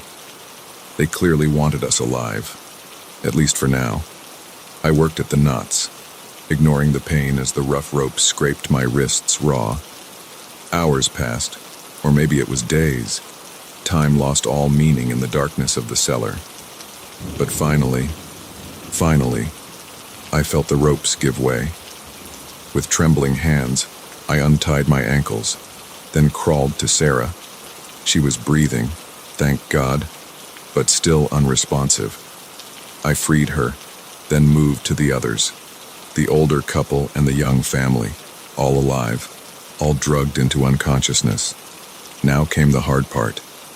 How to get out. I felt my way around the cellar, searching for any weakness, any possible escape route. The door at the top of the stairs was solid, no hope of breaking through. But as I ran my hands along the rough stone walls, I felt a slight draft. Following it, I found a small window, high up near the ceiling. It was tiny, barely big enough for a child to squeeze through. But it was our only chance. I worked feverishly, using a broken piece of wood to dig at the crumbling mortar around the window. My fingers bled, nails torn and ragged, but I didn't stop. I couldn't stop. Just as I felt the window frame start to give way, I heard footsteps above. Tom and Linda were coming back. In that moment, I made a decision that would haunt me forever. I couldn't save everyone. There wasn't time. With a last, desperate heave, I pushed the window free and boosted myself up. As I squeezed through the opening, I heard the cellar door open. "Hey, what do you think you're doing?" Tom's enraged voice echoed behind me as I tumbled onto the grass outside. I ran like I've never run before, my lungs burning, my legs pumping. I ran through the manicured gardens, now sinister in the moonlight. I ran down the gravel driveway, the stones cutting into my bare feet. I ran until I hit the main road, and then I ran some more. It wasn't until I saw headlights approaching that I finally stopped. I flagged down the car, probably looking like a madman with my wild eyes and blood-stained clothes. The startled driver called the police, and within hours, the full force of law enforcement descended on Willow Creek Inn. They found Sarah and the others, still alive but barely. Tom and Linda were arrested, and as the investigation unfolded, the true scope of their crimes came to light. Dozens of missing persons over the years, all traced back to stays at the inn. The aftermath was a blur of hospital visits, police interviews, and therapist appointments. Sarah and I clung to each other, trying to rebuild our sense of safety, our trust in the world. But the guilt was overwhelming. I had left them there. Yes, my escape had ultimately led to everyone's rescue, but in that moment, I had chosen to save myself. Years have passed, and we've worked hard to move on with our lives. But I still wake up sometimes in a cold sweat, the memory of that cellar vivid in my mind. I see Sarah's face, peaceful in drugged sleep, not knowing I was leaving her behind. I hear Tom's enraged shouts as I squeeze through that tiny window. I know, logically, that I did what I had to do, that my escape saved everyone. But logic doesn't erase the memory, doesn't quiet the voice in my head that whispers, "Coward," in the dark of night. Now, when I see quaint country inns or charming BBs, I don't see a peaceful getaway. I see potential danger lurking behind every warm smile and homemade meal, because I know firsthand that sometimes the most picturesque facade can hide the darkest horrors. And I'll never forget the lesson I learned at Willow Creek Inn. Trust your instincts, question everything, and never, ever take safety for granted. Because you never know when your dream vacation might turn into a nightmare.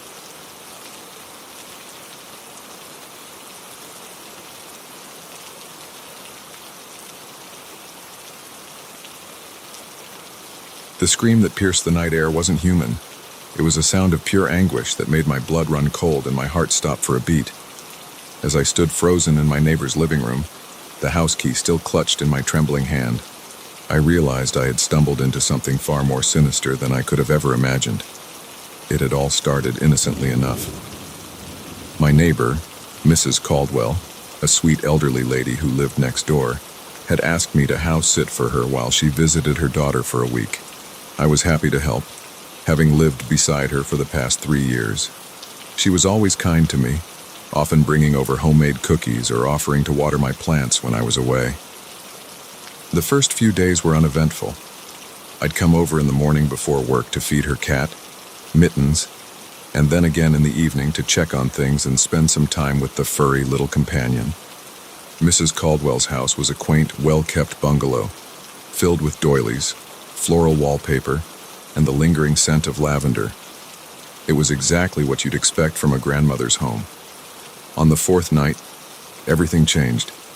I had just finished dinner at my place and was heading over for my evening visit. The sun had set, casting long shadows across the quiet suburban street. As I approached Mrs. Caldwell's house, I noticed something odd.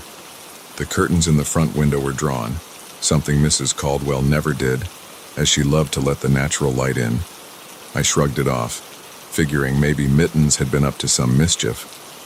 I unlocked the front door and stepped inside, calling out for the cat as I usually did. "Mittens, where are you, kitty?" The house was eerily silent.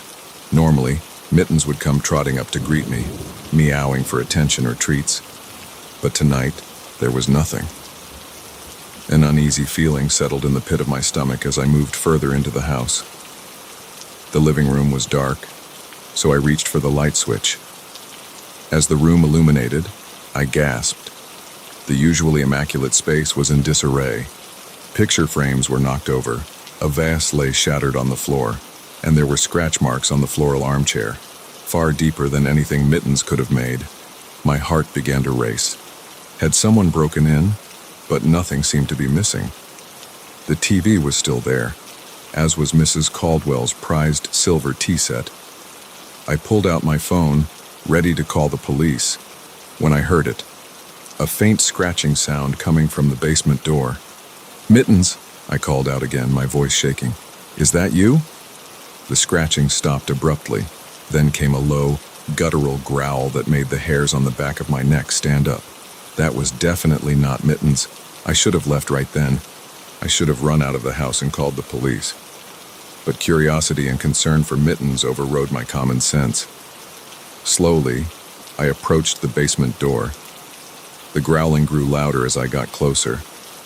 My hand hovered over the doorknob, trembling. I took a deep breath and turned it. The door flew open with such force that it knocked me backwards.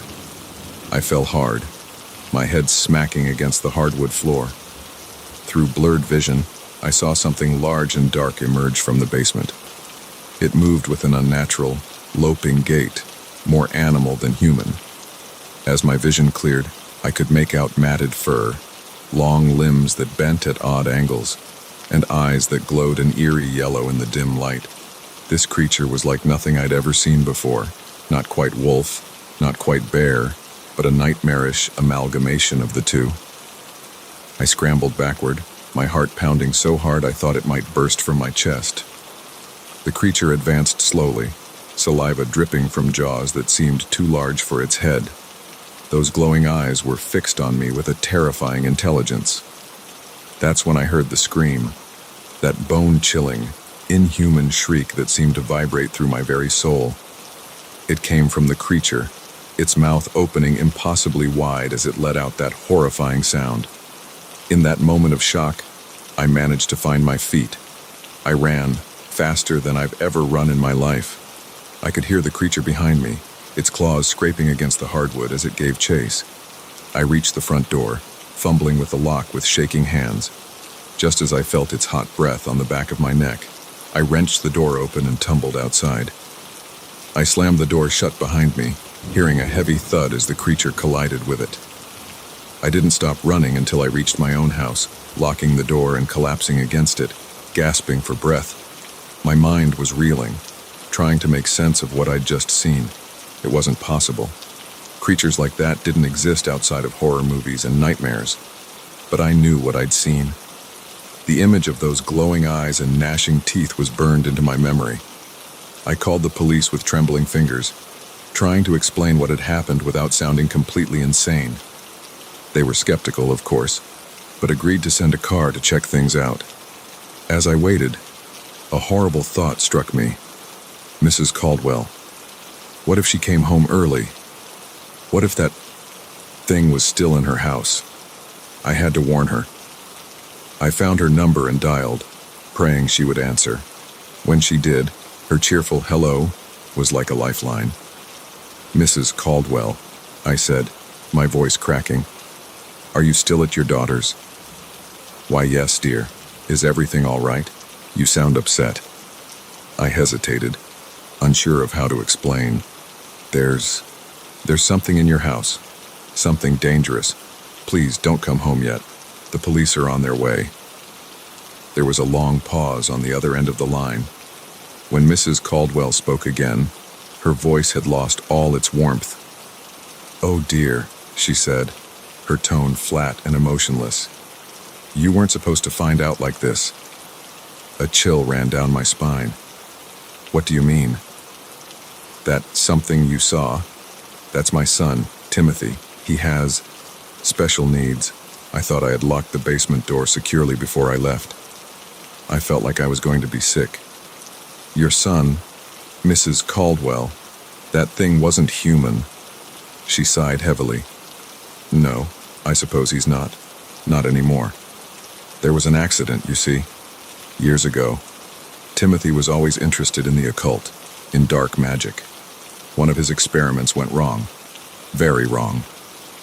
My mind was reeling. This couldn't be happening. But why keep him in the basement? Why not get help? Help? Mrs. Caldwell laughed bitterly. What kind of help do you think exists for something like this? No. Keeping him at home was the only option. I've managed for years, but it's getting harder as I get older. That's why I asked you to house sit. I thought maybe you could help. The implications of what she was saying hit me like a truck.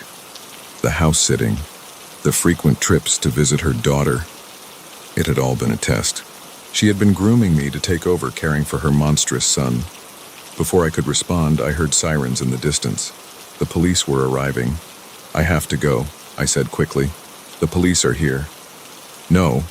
Mrs. Caldwell's voice was sharp with panic. You can't let them find Timothy. Please, you have to protect him. I hung up, my hands shaking so badly, I nearly dropped the phone. Outside, I could see the flashing lights of the police cars. I watched as they approached Mrs. Caldwell's house cautiously, guns drawn. For a moment, all was quiet. Then, that bone-chilling scream split the night air again. There was shouting, gunshots, and more of those terrible, inhuman shrieks. I sank to the floor, covering my ears, trying to block out the sounds of chaos from next door. My mind was a whirlwind of confusion and terror. How had my quiet, suburban life turned into this nightmare? The noise eventually died down. When I finally found the courage to look outside again, Mrs. Caldwell's house was cordoned off with police tape. There were several ambulances, and I could see body bags being loaded into them. A detective came to take my statement. I told him everything about the house sitting, what I had seen in the basement, and my conversation with Mrs. Caldwell. He listened with a grim expression, occasionally making notes. You're lucky to be alive, he said when I finished. We found 3 dead officers in there. Whatever that thing was, it was incredibly strong and vicious. Did you kill it? I asked, not sure if I wanted to know the answer. The detective's face darkened. We're not sure. There was a lot of blood, but no body. It might have escaped into the woods behind the house. We've got search teams out looking for it now. That night, as I lay in bed, unable to sleep, I couldn't stop thinking about Timothy. What kind of life had he lived, locked in that basement? What kind of mother keeps her son in such conditions, no matter how monstrous he had become? And what about me? How close had I come to being trapped in that nightmare, gradually taking over Mrs. Caldwell's role as I grew older? The next few weeks were a blur of police interviews, media attention, and sleepless nights. Mrs. Caldwell was arrested when she returned home, charged with multiple counts of murder and false imprisonment. She never stopped insisting that she was just trying to protect her son. As for Timothy, he was never found.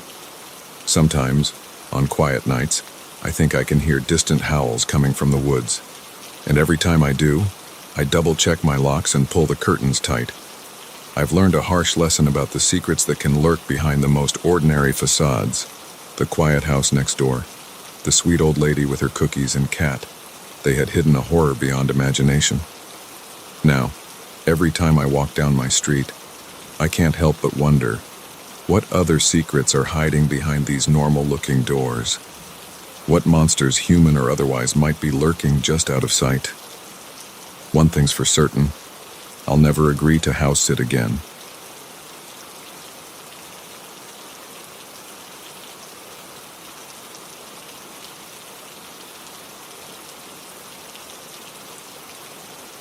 The crackling of the campfire couldn't mask the sound of twigs snapping in the darkness beyond our circle of light. We all froze, our laughter dying on our lips as we exchanged nervous glances. That's when we realized the horror movie cliché had become our reality.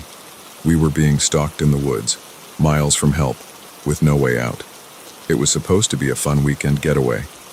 Just 4 friends, me, my best friend Jake, his girlfriend Sarah, and my college roommate Mike, escaping the city for some fresh air and starry skies. We'd been planning this camping trip for months, eagerly anticipating the break from our hectic lives. The first day had gone perfectly. We'd hiked deep into the forest, following a trail that Jake swore would lead us to a pristine lake. The weather was ideal, warm sunshine filtering through the canopy of leaves, a light breeze keeping the mosquitoes at bay. We set up camp in a small clearing near the shore, pitching our tents and gathering firewood. As night fell, we sat around the campfire, roasting marshmallows and sharing stories. The moon was full, casting an ethereal glow over the lake. It was picturesque, like something out of a travel magazine. "Hey, did you guys hear about the hikers that went missing in these woods last year?" Mike asked, his face eerily illuminated by the flickering flames. Sarah groaned. "Really, Mike? Ghost stories already?" "It's not a ghost story," Mike insisted. "It was all over the news. A group of campers disappeared without a trace. They never found the bodies." I rolled my eyes. "Come on, man, we're trying to relax here." But Mike wouldn't let it go. He launched into a detailed account of the disappearances, embellishing the story with each telling. By the time he finished, even Jake, usually the skeptic of our group, looked uneasy. "All right, that's enough," Sarah said, standing up. "I'm going to bed before you give me nightmares." We all agreed it was time to turn in. As I zipped up my tent, I couldn't shake the feeling that something was watching us from the tree line. I chalked it up to Mike's story getting to me and tried to sleep. It was the middle of the night when I woke up, my bladder urgently demanding relief. Grudgingly, I crawled out of my sleeping bag and fumbled for my flashlight. The campsite was eerily quiet as I made my way to a cluster of trees a short distance away. As I was about to head back to my tent, a movement caught my eye. Something large darted between 2 trees at the edge of my flashlight's beam. My heart leaped into my throat. Probably just a deer, I told myself, but I couldn't shake the feeling of unease. I hurried back to the campsite, my eyes darting around nervously. That's when I noticed it. One of our backpacks, which we'd left by the now smoldering fire, was missing. Fully awake now, I woke the others. "Guys, I think something's out there, and one of our bags is gone." Jake emerged from his tent, looking groggy and irritated. "What are you talking about?" I explained what I'd seen, the missing bag. As I spoke, I saw the skepticism in Jake's eyes turn to concern. We did a quick inventory. It was Jake's backpack that was missing, the one with our map, compass, and most of our food. "Maybe it was a bear," Sarah suggested, her voice trembling slightly. Mike shook his head. "Bears don't just take backpacks. They'd make a mess of the whole campsite." We debated what to do. It was still several hours until dawn, and none of us felt comfortable going back to sleep. We decided to rebuild the fire and wait it out together. As the flames grew, casting dancing shadows across our faces, we heard it, the snap of a twig, somewhere in the darkness beyond our circle of light. We all turned towards the sound, straining our eyes to see into the blackness. "Hello?" Jake called out, his voice surprisingly steady. "Is someone there?" Silence. Then another snap, closer this time, and another, from a different direction. "We're surrounded," Mike whispered, panic evident in his voice. I grabbed a burning branch from the fire, holding it out like a torch. The others followed suit. We stood back to back, our makeshift weapons thrust out before us. That's when we saw them, eyes reflecting in the firelight. Multiple pairs, at different heights, all around us. Whatever was out there, there were several of them, and they were closing in. "Run!" I shouted, though I had no idea where we could go. We took off towards the lake, our only thought to put distance between us and our unseen stalkers. I could hear heavy footfalls behind us, gaining ground quickly. As we burst out of the tree line onto the rocky shore, I risked a glance back. What I saw made my blood run cold. Our pursuers were humanoid, but moved on all fours with an unnatural, loping gait. Their skin was pale, almost translucent in the moonlight, and their eyes glowed with an eerie, yellowish light. "What the hell are those things?" Sarah screamed, her voice tight with terror. There was no time to answer. One of the creatures leaped, landing mere feet from Mike. Up close, it was even more horrifying, hairless, with elongated limbs and a mouth full of needle-sharp teeth. Mike swung his burning branch, catching the creature across the face. It let out an inhuman shriek and recoiled, but others were already moving to take its place. "The water!" Jake yelled. Maybe they can't swim." It was a desperate plan, but it was all we had. We plunged into the icy lake, gasping at the shock of the cold. I looked back to see the creatures pacing at the water's edge, hissing and snarling in frustration. We swam out to the center of the lake, treading water and trying to catch our breath. The creatures continued to prowl the shoreline, their eerie eyes never leaving us. "What do we do now?" Sarah asked between chattering teeth. I didn't have an answer.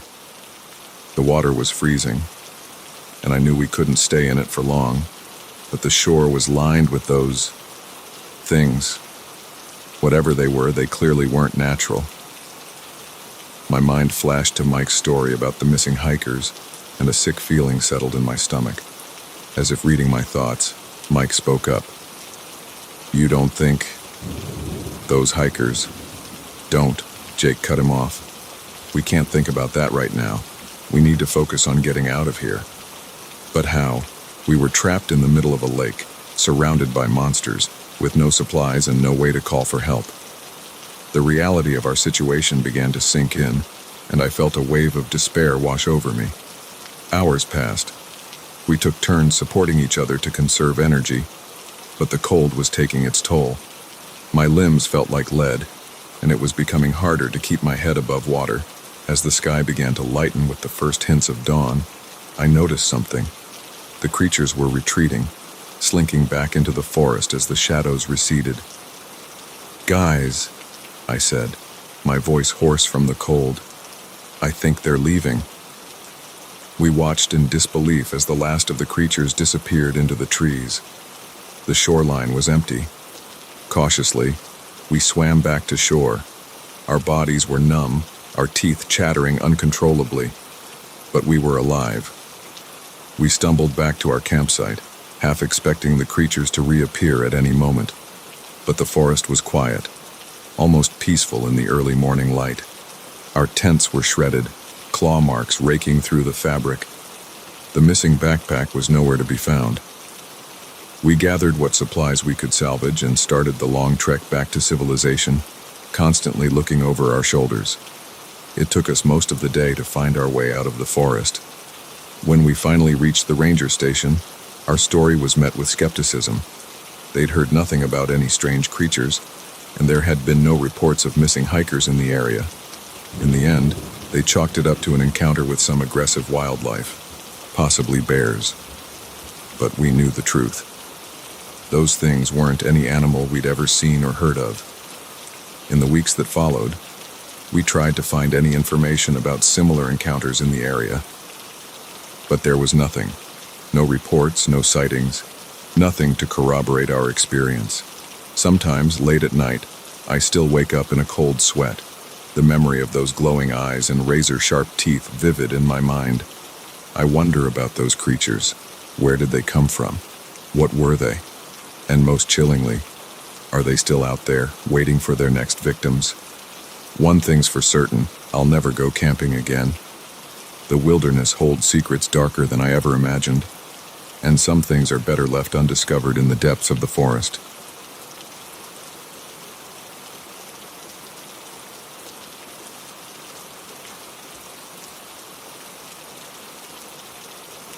The moment I saw his eyes in the rearview mirror, I knew I'd made a terrible mistake. What I thought was a routine ride had turned into a nightmare, and as the city lights faded behind us, I realized with growing horror that this passenger had no intention of letting me reach his destination. It had started as just another night driving for rideshare. I'd been at it for about 6 months, trying to make some extra cash to pay off my student loans. Most nights were uneventful: drunk college kids, business people running late, the occasional tourist looking for recommendations. But this night was different. I'd just dropped off a couple at a trendy downtown restaurant when the app pinged with a new ride request. The pickup point was in a quiet residential area, nothing unusual there. I pulled up to the curb, where a man in his mid-30s was waiting. He wore a dark hoodie and jeans, his face partially obscured by the hood. "James?" I called out, following the standard protocol. He nodded, opening the back door and sliding in. As he settled into the seat, I caught a whiff of something unpleasant, a mix of stale sweat and something metallic. "Where to?" I asked, glancing at him in the rearview mirror. "Just head north on the highway," he said, his voice low and gravelly. "I'll tell you where to exit." It was an odd request, but not unheard of. Some passengers preferred to give directions as we went. I shrugged and pulled away from the curb, heading towards the highway on-ramp. As we drove, I tried to make small talk, as I usually did with passengers. "So, heading home after a night out?" James grunted non-committally. "Something like that." His curt response made it clear he wasn't in the mood for chat, so I fell silent, focusing on the road ahead. The city slowly gave way to suburbs, then to open countryside. We'd been driving for almost an hour, and James still hadn't given me an exit to take. "Hey, man," I said, trying to keep my tone light. "We're getting pretty far out. You sure about where we're going?" That's when I saw it. In the rearview mirror, James' eyes met mine, and what I saw sent a chill down my spine. His gaze was cold, calculating, with a hint of something that looked unsettlingly like anticipation. "Just keep driving," he said, his tone leaving no room for argument. My heart began to race. This wasn't right. None of this was right. I gripped the steering wheel tighter, my palms starting to sweat. What had I gotten myself into? "Look," I said, trying to keep my voice steady. "I think there's been a misunderstanding. Why don't I just turn around and—" I said. "Keep driving," James interrupted, his voice taking on a dangerous edge. From the corner of my eye, I saw him shift in his seat, and suddenly there was a glint of metal in his hand. A knife. My blood ran cold. This was really happening. I was trapped in a car with an armed man, driving to God knows where in the middle of the night. Okay, I said, holding one hand up in a placating gesture while keeping the other on the wheel. "No problem. We'll keep going." My mind raced, trying to think of a way out of this situation. I couldn't just stop. He'd be on me before I could get out of the car. I couldn't try to crash. At these speeds, it would likely kill us both. My phone was mounted on the dashboard, but there was no way I could call for help without him noticing. "Take the next exit," James suddenly commanded. I nodded, signaling to move into the exit lane. As we left the highway, I found myself on a narrow, winding road flanked by dense forest. There were no streetlights here, no signs of civilization, just darkness and trees. "Turn right at the fork," James directed, leaning forward slightly. I could feel his presence looming behind me, the knife undoubtedly still in his hand. As I made the turn, the road became even narrower, little more than a dirt path. Branches scraped against the sides of the car, and I had to slow down to navigate the uneven terrain. "Stop here," James said after a few minutes. I brought the car to a halt, my heart pounding so hard I was sure he could hear it. We were in a small clearing, the trees forming a dark, impenetrable wall around us. "Turn off the engine and give me the keys," he ordered. With trembling hands, I did as he said. As I passed the keys back to him, his fingers brushed against mine, and I had to suppress a shudder.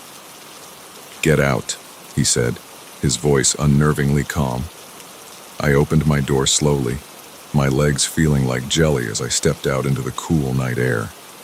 James got out too, keeping the knife trained on me. "Walk," he said, gesturing towards the trees with the knife. As I took my first step away from the car, my only link to safety, a surge of adrenaline coursed through me. This was it. If I didn't do something now, I was going to die out here. In a moment of desperate inspiration, I pretended to stumble. As I went down, I grabbed a handful of dirt and leaves. In one fluid motion, I spun around and flung the debris at James and face. He cursed, momentarily blinded, and I seized my chance. I lunged forward, grabbing his wrist and slamming it against the car. The knife clattered to the ground. What followed was a frenzied struggle. James was stronger than me, but I had the advantage of surprise. We grappled, each trying to gain the upper hand. I felt his fist connect with my jaw, stars exploding in my vision.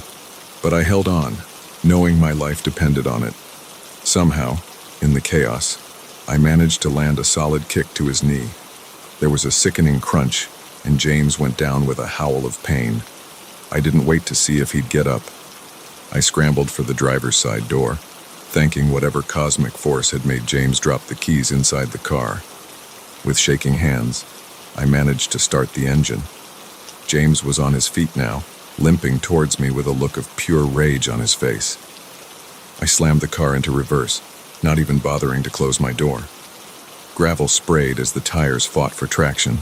I spun the car around and floored it, branches whipping against the windshield as I tore down the narrow path. In my rearview mirror, I could see James growing smaller, still hobbling after the car. It felt like hours before I found my way back to the highway, though it was probably only minutes. As soon as I had cell service, I called 911, my voice cracking as I tried to explain what had happened. The police met me at the next exit. I gave them my statement, described James and the location as best I could. They sent units to search the area, but I knew it was unlikely they'd find him. The woods were vast, and he'd had time to disappear. In the days that followed, I learned that there had been a string of disappearances in the area. All rideshare drivers, all last seen picking up a passenger matching James on description. The realization of how close I'd come to being another statistic made me physically ill. I couldn't bring myself to drive for rideshare again. The thought of picking up a stranger, of being alone in a car with someone I didn't know, filled me with paralyzing fear. I still have nightmares about that night, the glint of the knife, the cold look in James' eyes, the feeling of utter helplessness as we drove deeper into the unknown. The police never found James. Sometimes, when I'm driving at night and I see a lone figure standing by the roadside, my heart races and my palms start to sweat. I find myself checking the rearview mirror obsessively, half expecting to see those cold, calculating eyes staring back at me. I know the odds of encountering someone like James again are slim. I know that most people are just trying to get from point A to point B, not planning to murder their driver. But that night changed me. It showed me how quickly a normal situation can turn deadly, how vulnerable we all are when we put our trust in strangers. Now, when friends talk about using ride-sharing apps, I can't help but warn them to be careful. I tell them to trust their instincts, to never be afraid to end a ride if something feels off. Because I learned the hard way that sometimes the real monster isn't hiding in the shadows. Sometimes it's sitting right behind you, telling you to keep driving.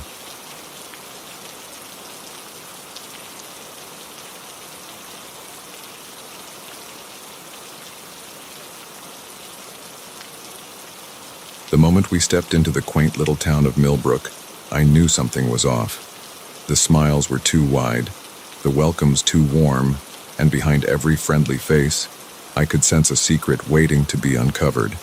Little did we know, our new home would become a living nightmare, and the entire community was in on it. My wife, Sarah, and I had been looking for a change of pace. The bustling city life had worn us down, and when we stumbled upon a listing for a charming Victorian house in Millbrook, it seemed like the perfect opportunity. The price was surprisingly affordable, and the photos showcased a picturesque small town that looked like it was frozen in time. We arrived on a sunny Saturday morning, our moving truck rumbling down the main street. People actually stopped to wave at us, their faces beaming with welcoming smiles. It was a far cry from the indifference we were used to in the city. As we pulled up to our new home, a group of neighbors was already gathering on the sidewalk.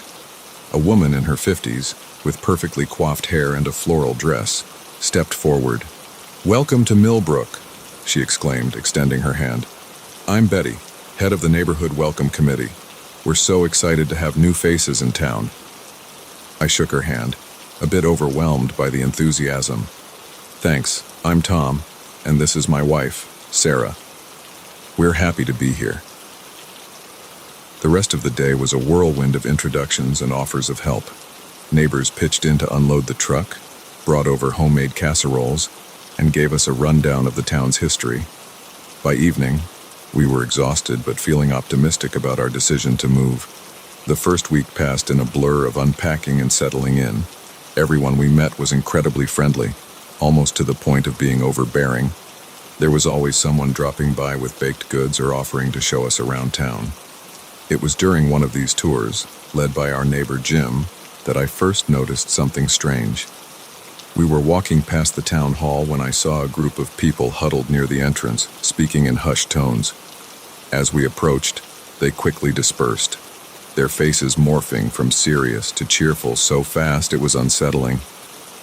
"What was that about?" I asked Jim. He laughed, a sound that seemed a touch too forced. "Oh, probably just planning the next town festival. We love our celebrations here in Millbrook." I nodded, but couldn't shake the feeling that I'd witnessed something I wasn't supposed to see. As the days went on, more oddities began to pile up. The way conversations would abruptly halt when Sarah or I entered a room. The furtive glances exchanged between longtime residents. The fact that nobody ever seemed to leave town, not even for vacations. One evening, about a month after we'd moved in, Sarah and I were enjoying a quiet dinner when we heard a commotion outside. Peering through the window, we saw a young man running down the street, looking terrified. Behind him, a group of townspeople was in pursuit. "We should call the police," Sarah said, reaching for her phone. But before she could dial, there was a knock at our door. It was Betty, her ever-present smile seeming strained at the edges. "Everything's fine," she said, her voice overly cheerful. "Just a little town game we play, nothing to worry about." We nodded, not wanting to seem rude, but as soon as Betty left, Sarah turned to me. "Tom, something's not right here. Did you see that man's face? He looked scared to death." I had to agree. The unease that had been building since we arrived was reaching a boiling point. The next day, I decided to do some digging. I headed to the local library, hoping to find some information about the town's history that might explain the strange behavior. The librarian, an elderly woman named Marge, was initially helpful, pointing me towards books about Millbrook's founding and development. But when I asked if there were any records of unusual events or incidents in the town's past, her demeanor changed. "I'm afraid those records are restricted," she said, her eyes darting nervously to a locked door behind the circulation desk. "Town council orders, you understand." I nodded, pretending to accept her explanation, but my curiosity was piqued. What was the town hiding? That night, I shared my suspicions with Sarah. She'd had her own unsettling experiences, whispered conversations that stopped when she entered the local cafe, strange symbols she'd glimpsed in some of the older buildings. "We need to find out what's going on," I said. "This isn't normal small-town behavior." Sarah agreed, and we hatched a plan. The next town council meeting was in 2 days. We'd attend, hoping to glean some information about what was really happening in Millbrook. The day of the meeting arrived, and the town hall was packed. As newcomers, our presence drew some attention, but people were polite as always. The meeting started normally enough, with discussions about road repairs and the upcoming Harvest Festival. But then, Mayor Thompson cleared his throat and said, "Now, on to the matter of the offering." The room fell silent. Sarah and I exchanged glances, our hearts racing. What offering? As you all know, the mayor continued, it's been 10 years since our last offering. The time has come again to ensure our town's prosperity and safety. Murmurs of agreement rippled through the crowd. I felt a chill run down my spine. We've selected this year's candidates, Mayor Thompson said, pulling out a list. And I'm pleased to announce that our newest residents have been chosen to participate. Every eye in the room turned to us. The smiles were back, but now they seemed predatory, hungry. Tom and Sarah, the mayor said, his voice dripping with false warmth, we're so honored that you'll be joining us for this sacred tradition. Before we could react, strong hands gripped our arms. We were pulled from our seats, the crowd parting to let us through. Despite our struggles and protests, we were dragged out of the town hall and towards the woods at the edge of town. As we entered the forest, I could see a clearing ahead, illuminated by torchlight. In the center stood a massive stone altar, its surface stained dark with what I feared was blood. "What is this?" I yelled, still fighting against my captors. "What are you doing?" Betty appeared beside us, her face eerily calm. "Don't worry, dear. It's all for the greater good. You see, Millbrook has a pact, one that's kept us safe and prosperous for generations, but it requires a sacrifice every decade." The reality of our situation hit me like a physical blow. This picturesque town, with its friendly faces and quaint charm, was nothing but a facade. Behind it lurked a dark secret, a horrifying tradition that had claimed who knows how many lives. As we were forced towards the altar, the townspeople began to chant in a language I didn't recognize. Their faces, once so welcoming, were now masks of fanatical devotion. Sarah's eyes met mine, filled with terror and desperation. In that moment, I knew we had to fight, had to find a way out of this nightmare. With a surge of adrenaline, I managed to break free from the man holding me. I tackled the person restraining Sarah, giving her a chance to escape. "Run!" I shouted, struggling to fend off the hands trying to recapture me. Sarah hesitated for a split second, torn between fleeing and trying to help me. "Go!" I yelled again, and this time she did, sprinting into the darkness of the woods. As the townspeople subdued me, I saw Mayor Thompson's face contort with rage. "Find her!" he bellowed. "The offering must be completed." I was dragged to the altar, my struggles useless against the strength of multiple captors. As they pinned me down, I could hear shouts and crashes in the distance. Sarah was still free, still fighting. Betty loomed over me, a cruel smile on her face. "Don't worry, Tom. Your sacrifice won't be in vain. Millbrook will continue to thrive thanks to you and your wife." As she raised a wicked-looking dagger, I closed my eyes, silently urging Sarah to run, to escape, to expose this town for what it really was. The last thing I heard before searing pain enveloped me was a distant scream, Sarah's voice, filled with terror and anguish. Then, mercifully, darkness claimed me. I wish I could say that was the end, that I died on that altar and Sarah managed to escape, but the truth is far more horrifying. I woke up in our bed the next morning, with Sarah sleeping peacefully beside me. There was no sign of injury, no evidence of the terrifying events of the night before. When I tried to talk to Sarah about it, she looked at me with confusion. "What are you talking about, Tom? We went to the town meeting, then came home and went to bed. Are you feeling okay?" As the days passed, I began to doubt my own memories. Had it all been a nightmare? But then I'd catch glimpses, a knowing look from Betty, a strange symbol carved into a tree in the woods, the way the townspeople watched us with a mix of satisfaction and anticipation. We're still here in Millbrook, unable to leave, trapped in a cycle I don't fully understand. Every day is pleasant, every neighbor friendly, but I know the truth now, buried beneath the surface, and I count the days, wondering when the next offering will be called. and who will be chosen to pay the price for Millbrook's prosperity. If you ever find yourself driving through a small town that seems too perfect, too welcoming, keep driving. Some secrets are better left uncovered, and some communities hide horrors beneath their picturesque facades.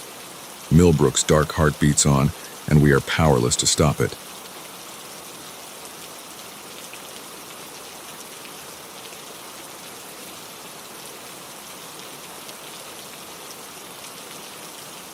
The first time I heard the footsteps above me, I dismissed it as the building settling.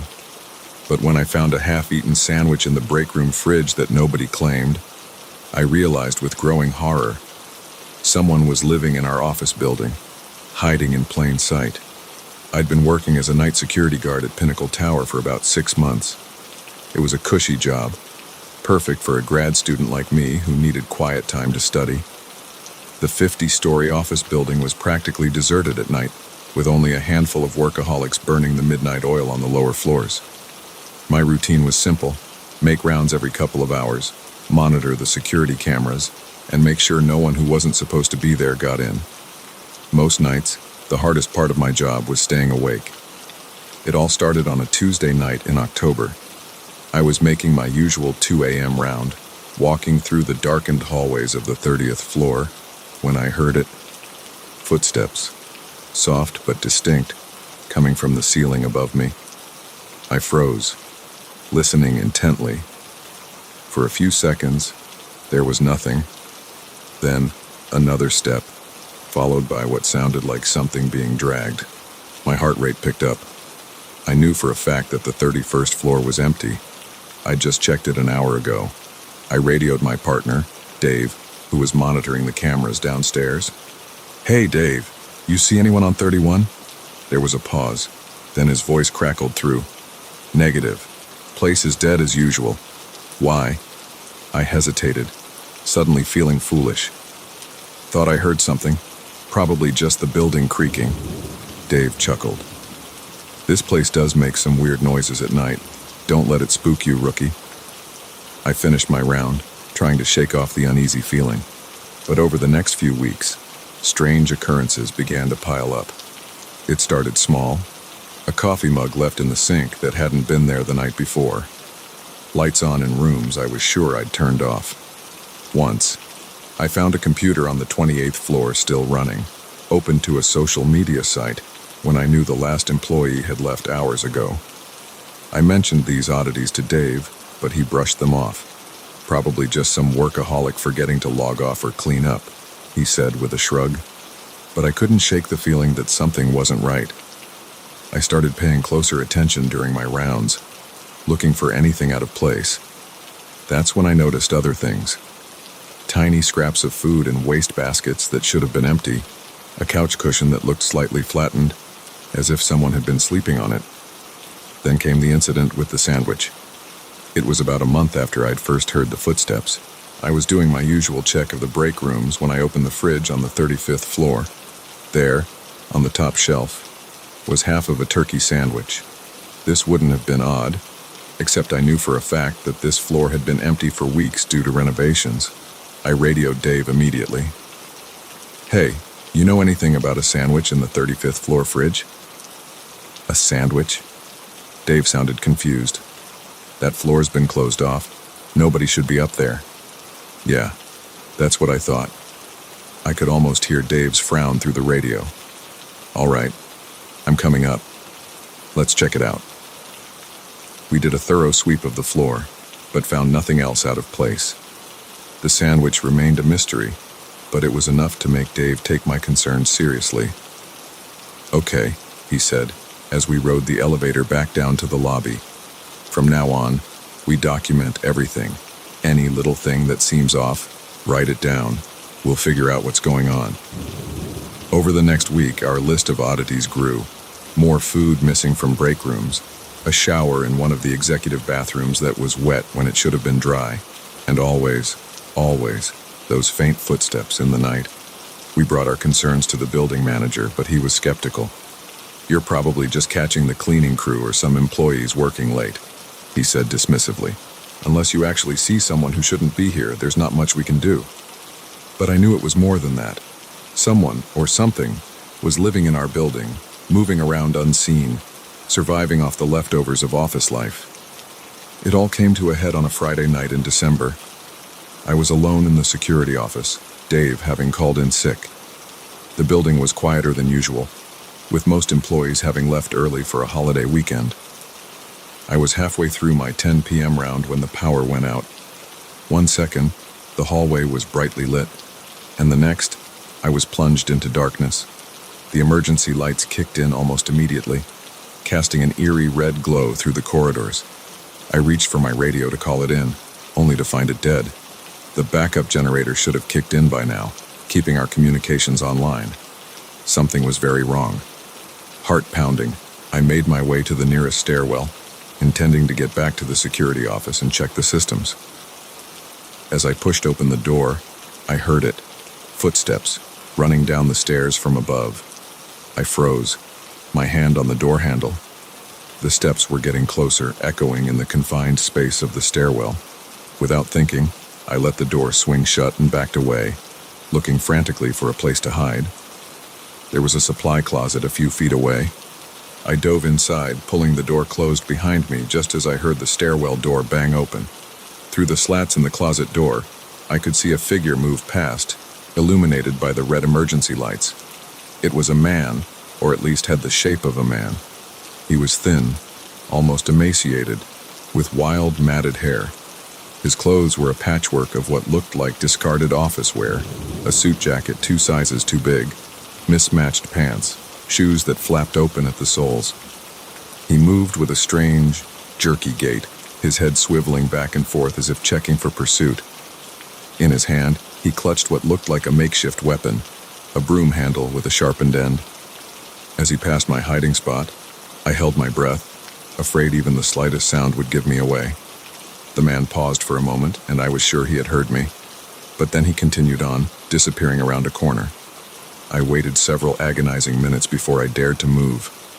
Slowly, I eased the closet door open and peered out. The hallway was empty, the only sound the faint hum of the emergency lights. My mind was racing. I had to get out, had to call for help. But I also knew I couldn't leave this man in the building. Who knew what he might do, cornered and clearly desperate? I made my way carefully back to the security office, jumping at every shadow. The backup systems were down. Someone had deliberately disabled them. On a hunch, I checked the cabinet where we kept the spare radios. Empty. Our squatter had planned this, taking out our communications and plunging the building into darkness. But why? What was he after? I was considering my options when I heard it, a crash from several floors above, followed by the sound of breaking glass. Whatever he was doing, I had to stop him. Armed with only my flashlight and a growing sense of dread, I made my way up the stairs. The sound had come from around the 40th floor, if I had to guess. As I climbed, I tried to make sense of what was happening. How long had this man been living in our building? How had he survived, undetected, for so long? I reached the 40th floor and cautiously opened the door. The sound of rummaging came from down the hall. He was in one of the offices. Steeling myself, I moved towards the noise. The door to the CEO's office was ajar, light spilling out into the hallway. I could hear muttering now, interspersed with the sound of drawers being opened and closed. Taking a deep breath, I pushed the door open wider and stepped inside. The man was there, hunched over the CEO's desk, rifling through papers. He looked up as I entered, his eyes wide and feral in the beam of my flashlight. "It's over," I said, trying to keep my voice steady. "The police are on their way. You need to come with me." For a moment, he just stared at me. Then scrambled with a speed I wouldn't have thought possible. He vaulted over the desk and charged at me. I brought my flashlight up instinctively, catching him across the face. He stumbled, giving me just enough time to dodge to the side. He crashed into the doorframe and howling in pain and rage. Before he could recover, I tackled him, using my greater weight to pin him to the ground. He fought like a wild animal, scratching and biting, but I managed to hold on. "Why?" I grunted, struggling to keep him down. "Why are you doing this?" He stopped fighting for a moment, his eyes meeting mine. They took everything from me, he spat. My job, my life, I'm just taking it back. Before I could respond, the sound of sirens filled the air. Help was coming. The man heard it too, and with a last burst of strength, he broke free from my grip and ran. I chased him through the halls, but he knew the building better than I did, disappearing into a service corridor I didn't even know existed. By the time the police arrived, he was long gone. They searched the building top to bottom but found no trace of him beyond the nest he'd made for himself in a forgotten storage room on the 49th floor. In the days that followed, the truth came out. The man was a former employee, fired years ago for erratic behavior. Instead of leaving, he had hidden himself away in the building, surviving off discarded food and stolen supplies. He'd been searching for evidence of the wrongful termination he was convinced had ruined his life. Security at Pinnacle Tower was overhauled after that night. Every inch of the building was searched and secured. New protocols were put in place to prevent anything like this from happening again. But sometimes, late at night, when the building is quiet and the shadows are long, I still think I hear those footsteps. And I wonder, is he really gone? Or is he still out there, watching, waiting for his chance to reclaim what he believes is rightfully his? One thing's for certain. I'll never look at an empty office building the same way again, because now I know that sometimes the most dangerous things are hiding in plain sight, right under our noses.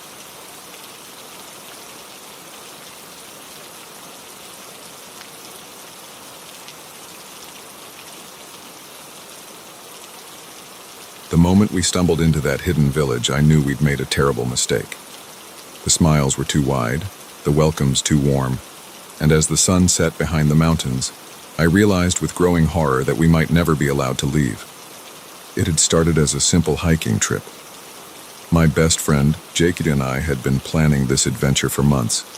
We were experienced backpackers, always looking for new challenges and unexplored territories. When we heard rumors of a pristine wilderness area deep in the mountains, virtually untouched by modern civilization, we couldn't resist. We set out early on a crisp autumn morning, our backpacks loaded with supplies for a week-long trek. The first few days were exactly what we'd hoped for: breathtaking vistas, crystal-clear streams, and a sense of isolation that made us feel like the last people on Earth. On the fourth day, everything changed. We were pushing through a particularly dense section of forest when Jake suddenly stopped short. "Do you hear that?" he asked, cocking his head to one side. I listened intently. At first, all I could hear was the usual forest sounds, rustling leaves, chirping birds. But then I caught it, faint but unmistakable, the sound of laughter. We exchanged puzzled glances. We were miles from any marked trails or known campsites. Who could be out here? Curiosity got the better of us. We moved toward the sound, pushing through thick underbrush. Suddenly, the forest opened up, and we found ourselves on the edge of a small valley. What we saw made us both gasp. Nestled in the valley was a village, not ruins, not an abandoned settlement, but a living, breathing community. Smoke rose from chimneys, children played in the streets, and the air was filled with the sounds of daily life.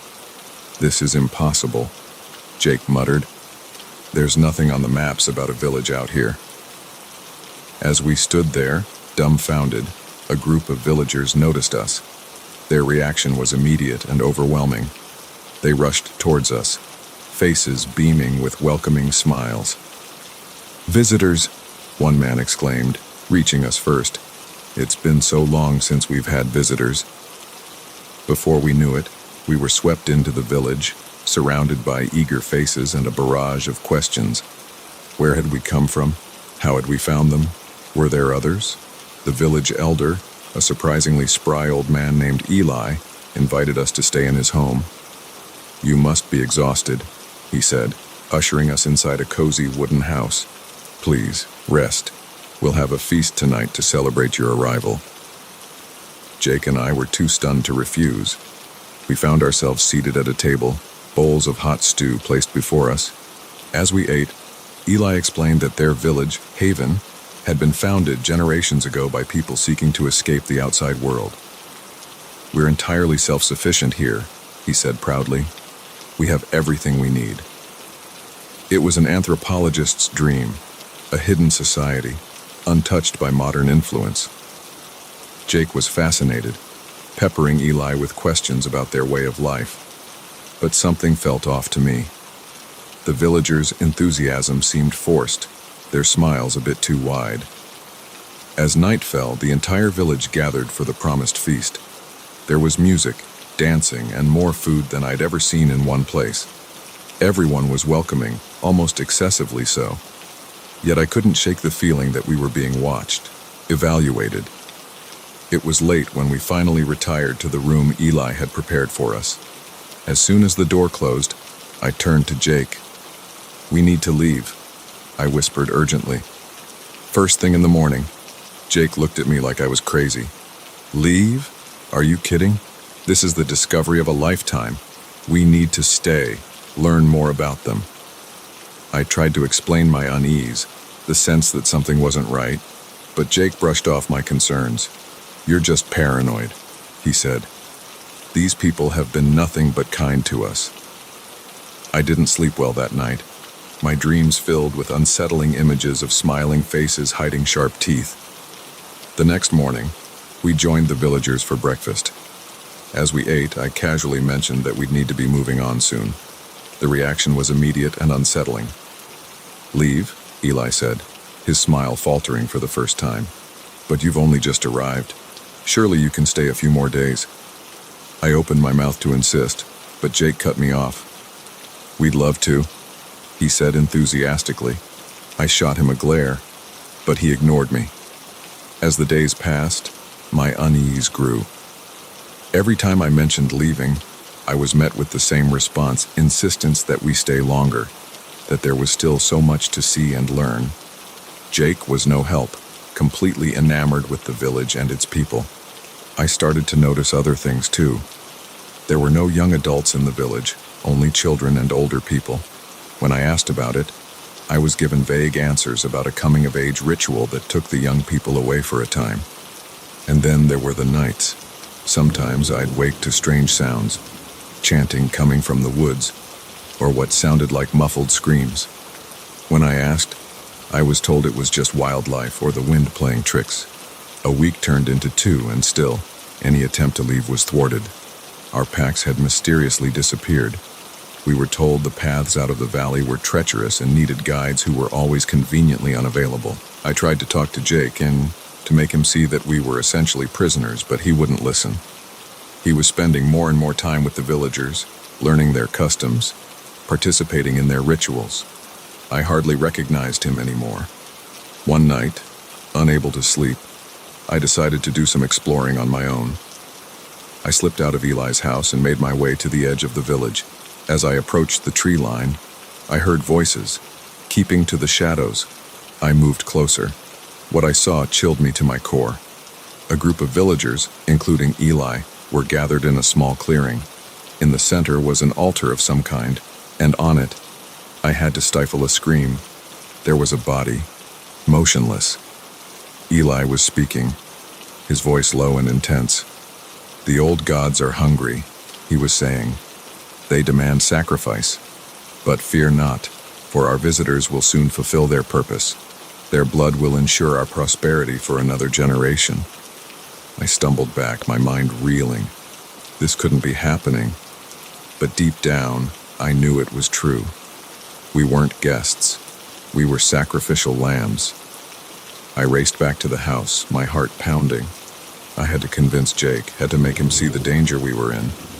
But when I burst into our room, it was empty. Jake's bed hadn't been slept in. Panic seized me. Had they already taken him? Was I too late? I tore through the village, searching desperately for any sign of Jake. As I rounded a corner, I ran straight into Eli. "My dear boy," he said, that eerie smile still in place. "What are you doing up so late?" "Where's Jake?" I demanded, my voice shaking. "What have you done with him?" Eli's smile widened, showing too many teeth. "Jake has seen the truth," he said softly. "He has embraced our ways, as you will, in time." I backed away, my mind racing. I had to get out, had to find help. But as I turned to run, I found my path blocked by villagers. They seemed to melt out of the shadows, surrounding me.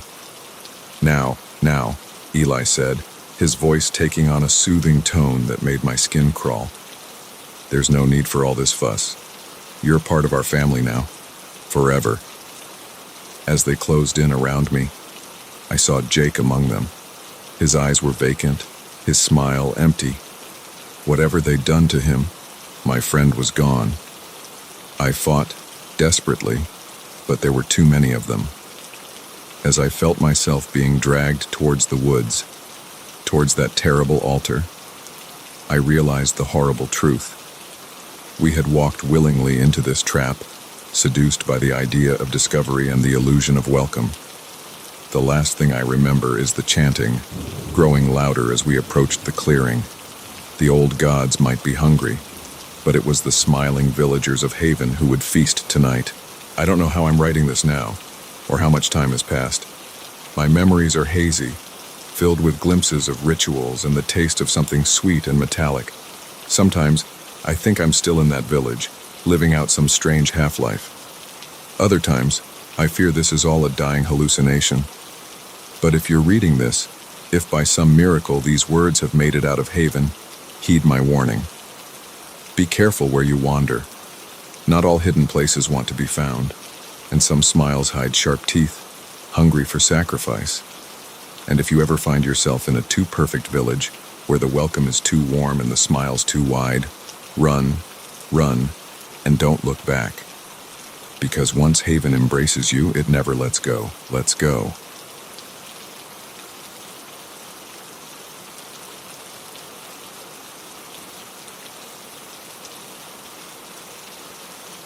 The moment I saw the glint in the realtor's eye, I should have turned and run. But by then it was too late. The door had clicked shut behind me, and I realized with growing horror that this wasn't just a house viewing, it was a trap. I'd been house hunting for weeks, growing increasingly frustrated with the competitive market in my area. So when I stumbled upon a listing for a beautiful Victorian home at an unbelievably low price, I jumped at the chance. The photos online showed a picturesque property with sprawling grounds and charming period features. It seemed too good to be true, but I was desperate. I arranged a viewing for that same afternoon, excited at the prospect of finally finding my dream home. The address took me to a secluded area on the outskirts of town, down a long, winding driveway flanked by overgrown trees. As I pulled up to the house, I felt a mix of awe and unease. The place was even more impressive in person, but there was something off about it. A heaviness in the air, a sense of watchfulness from the dark windows. A man was waiting on the porch, his smile wide and welcoming. He introduced himself as Michael, the realtor handling the property. There was something captivating about him, piercing blue eyes, an easy charm that immediately put me at ease. I chalked up my earlier misgivings to nerves and followed him inside. "This property is a rare find," Michael said as we entered the foyer. "It's been in the same family for generations, but they're finally ready to part with it. You're very lucky to be getting this viewing." I nodded, trying to take everything in. The interior was just as stunning as the outside. High ceilings, intricate woodwork, a grand staircase sweeping up to the second floor. But there was a musty smell in the air, and I could have sworn I saw movement out of the corner of my eye. Michael led me from room to room, his commentary a constant stream of the house's features and history. I found myself hanging on his every word, almost mesmerized by his voice. It wasn't until we reached the kitchen that I realized we'd been touring for over an hour, and I hadn't asked a single question. "Would you like some water?" Michael asked, already moving to the sink. "It's important to stay hydrated." I accepted the glass gratefully, suddenly aware of how thirsty I was. As I drank, Michael leaned against the counter, watching me intently. "So, what do you think?" he asked. "Can you see yourself living here?" I hesitated. The house was beautiful, no doubt, but something still felt off. "It's lovely," I said carefully, "but I think I need some time to think it over." Maybe schedule a second viewing. Michael's smile tightened almost imperceptibly. Of course, he said smoothly. But before you go, there's one more room I'd like to show you. It's the real jewel of the house. He led me down a hallway I was sure we hadn't passed through before. The floorboards creaked ominously under our feet, and the air grew noticeably colder. We stopped in front of a heavy wooden door. This, Michael said, his hand on the doorknob, is where the magic happens. He pushed the door open, revealing a room that seemed to absorb all light. I peered into the darkness, trying to make out shapes. Suddenly, I felt a hand on my back, shoving me forward. I stumbled into the room, hearing the door slam shut behind me. Panic set in immediately. I spun around, pounding on the door. "Michael," I shouted. "What's going on? Let me out." His voice came through the wood, all pretense of friendliness gone. "I'm afraid I can't do that. You see, this house, it needs to be fed, and you, my dear, are the perfect meal."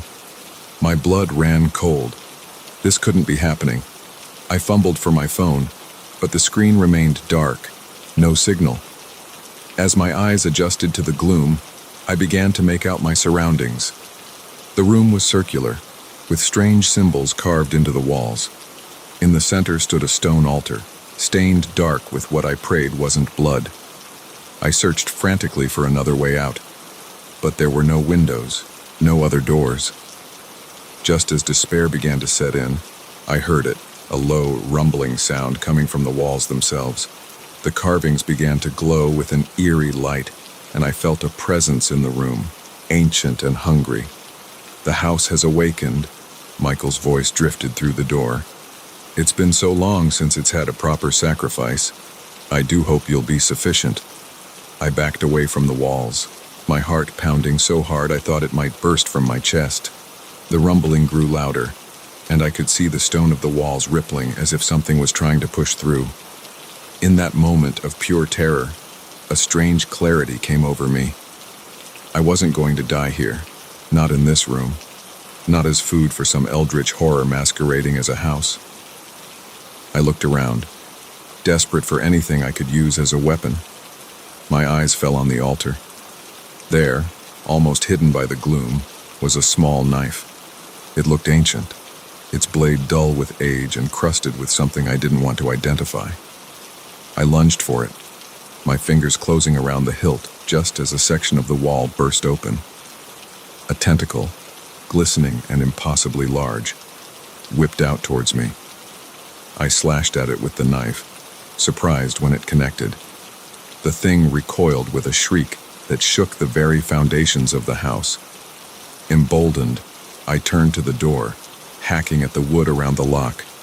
It was slow going, the knife barely making a dent, but I could hear Michael on the other side, his calm demeanor finally cracking. "Stop that," he yelled. "You're ruining everything." I ignored him, focusing all my energy on the door. Behind me, I could hear more of the wall giving way, feel the presence growing stronger. I knew I was running out of time. With a final, desperate swing, the lock splintered. I wrenched the door open, coming face to face with a startled Michael. Before he could react, I shoved past him, running full tilt down the hallway. "Stop her!" Michael's voice echoed behind me. But who was he talking to? We were alone in the house, weren't we? As I ran, I began to notice things I'd missed before. The eyes in the paintings following my movement, the floorboards shifting beneath my feet, trying to trip me. The very house itself seemed to be working against me. I reached the foyer, my salvation in sight. But as I grasped the handle of the front door, I felt something wrap around my ankle. I looked down to see the rug had come to life, its tassels winding up my leg like snakes. With a cry of frustration and fear, I slashed at the rug with the knife. It released me with a hiss, and I yanked the door open, tumbling out onto the porch. The fresh air hit me like a physical force, clearing some of the fog from my mind. I realized with a start that it was night. How long had I been in that house? I could hear Michael behind me, his footsteps pounding down the stairs. Without looking back, I sprinted for my car, fumbling with the keys. As I peeled out of the driveway, I caught a glimpse of Michael in my rearview mirror. He stood at the end of the drive, his face a mask of fury. But it was the house behind him that truly chilled me to the bone. Every window was lit with an otherworldly glow, and I could have sworn I saw tentacles writhing behind the glass. I drove for hours, not daring to stop until the sun began to peek over the horizon. When I finally pulled over at a rest stop, my hands were shaking so badly I could barely turn off the engine. I sat there for a long time, trying to process what had happened. Had it all been real, or had I somehow hallucinated the entire thing? But the knife on the passenger seat, its blade now clean and shining as if new, was proof enough. Whatever that house was, whatever Michael was, they were real. And they were still out there. I never reported what happened. Who would believe me? A house that eats people. A realtor in league with cosmic horrors. It sounded insane even to my own ears. But I know what I experienced. And now, every time I pass a for sale sign, every time I see a charming old house with a price that seems too good to be true, I remember the glint in Michael's eye, the hunger of the house, and how close I came to becoming just another disappeared person, another unsolved mystery. So if you're in the market for a new home, take it from me, sometimes the perfect house finds you. And sometimes, that's the most dangerous thing of all. Always trust your instincts. And remember, if it seems too good to be true, it probably is. And it might just be hungry.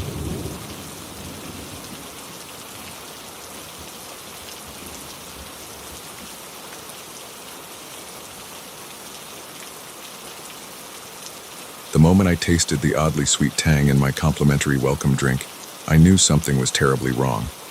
But by then, it was too late. As my vision blurred and my limbs grew heavy, I caught a glimpse of the hotel staff's faces.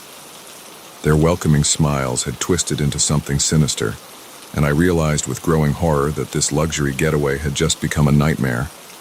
It had all started innocently enough. My wife, Sarah, and I had been saving for months for this vacation. When we found an unbelievable deal on a 5-star resort in a tropical paradise, we jumped at the chance. The reviews were glowing, the photos looked amazing, and the price was too good to pass up. We arrived at the Elysium Resort on a sunny afternoon, the sound of waves crashing on the nearby beach filling the air. The lobby was a marvel of marble and glass, with a chandelier that seemed to float above our heads. A staff member greeted us with a warm smile, offering us each a glass of vibrant blue liquid. "Our signature welcome drink," she said. "A local specialty." I took a sip, the sweetness dancing on my tongue. It was delicious, but there was an underlying bitterness that I couldn't quite place. I shrugged it off, chalking it up to some exotic fruit I wasn't familiar with. As we checked in, I noticed how attentive the staff was. Almost too attentive. Their eyes seemed to follow our every move, their smiles never wavering. At the time, I dismissed it as excellent customer service. Now, I wish I'd trusted my instincts. Our room was everything we'd hoped for, and more. A massive bed, a balcony overlooking the ocean, and a bathroom bigger than our entire apartment back home. We spent that first day exploring the resort, marveling at the multiple pools, the private beach, and the array of restaurants. It wasn't until dinner that I started to feel off. My head was fuzzy, my movements sluggish. Sarah mentioned feeling the same way. We blamed it on jet lag and the strong tropical sun, deciding to turn in early. The next morning, things got stranger. We woke to find a staff member in our room, supposedly restocking the minibar, but when I asked what he was doing, he just smiled that same unchanging smile and left without a word. At breakfast, I noticed other guests behaving oddly. They moved as if in a daze, their eyes glassy and unfocused. When I tried to strike up a conversation with the couple at the next table, they responded with rehearsed-sounding phrases about how wonderful the resort was. I turned to Sarah, about to share my concerns, when I saw her staring blankly at her plate. "Sarah," I said, touching her arm. She looked up at me, but her eyes were vacant, that same glassy look I'd seen in the other guests. My heart started to race. Something was very, very wrong here. I excused myself, saying I needed some air. As I walked through the lobby, I noticed a door marked "Staff Only," slightly ajar. Glancing around to make sure no one was watching, I slipped inside. The contrast to the opulent lobby was shocking. The hallway beyond the door was stark and clinical, with harsh fluorescent lighting. I could hear voices coming from a room at the end of the hall. Cautiously, I crept closer. "The latest batch is responding well to the treatment," a man's voice said. "We should be able to begin phase 2 by tomorrow." "Excellent," a woman replied. "The buyers will be pleased. This new formula is much more effective than the last." My blood ran cold. Buyers. Formula. What the hell was going on here? I peered around the corner into the room. What I saw made my stomach lurch. It was some kind of laboratory, with rows of beds occupied by unconscious guests. Staff members in white coats moved between them, checking monitors and adjusting IV drips. I must have made a sound, because suddenly all eyes were on me. The smiles were gone now, replaced by cold, calculating stares. "It seems we have a curious guest," the woman said, her voice icy. "Restrain him." I turned to run, but my legs felt like lead. Whatever they'd given us in that welcome drink was still affecting me. I made it halfway down the hall before hands grabbed me, dragging me back into the lab. They strapped me to one of the empty beds, ignoring my protests and struggles. The woman loomed over me, a syringe in her hand. "Such a shame," she said. "You could have had a lovely vacation. Now, I'm afraid you'll have to join our little experiment ahead of schedule." As the needle pierced my skin, I felt a burning sensation spread through my veins. The room began to spin, voices becoming distorted. "What are you doing to us?" I managed to gasp. The woman's smile returned, but there was no warmth in it. "We're advancing science, my dear. Human enhancement, cognitive manipulation, physical augmentation, and you lucky guests get to be our test subjects." The realization hit me like a physical blow. This wasn't a resort. It was a front for some kind of illegal human experimentation. As darkness began to creep in at the edges of my vision, I thought of Sarah. Was she already too far gone? Would I ever see her again? I don't know how long I was out. When I came to, I was back in our room, Sarah sleeping peacefully beside me. For a moment, I thought it had all been a terrible nightmare. But the puncture mark on my arm told a different story.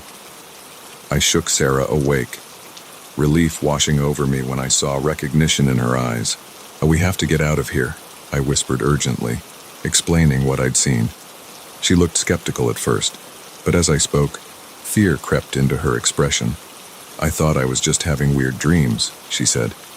"But now that you mention it, I can't really remember much of yesterday."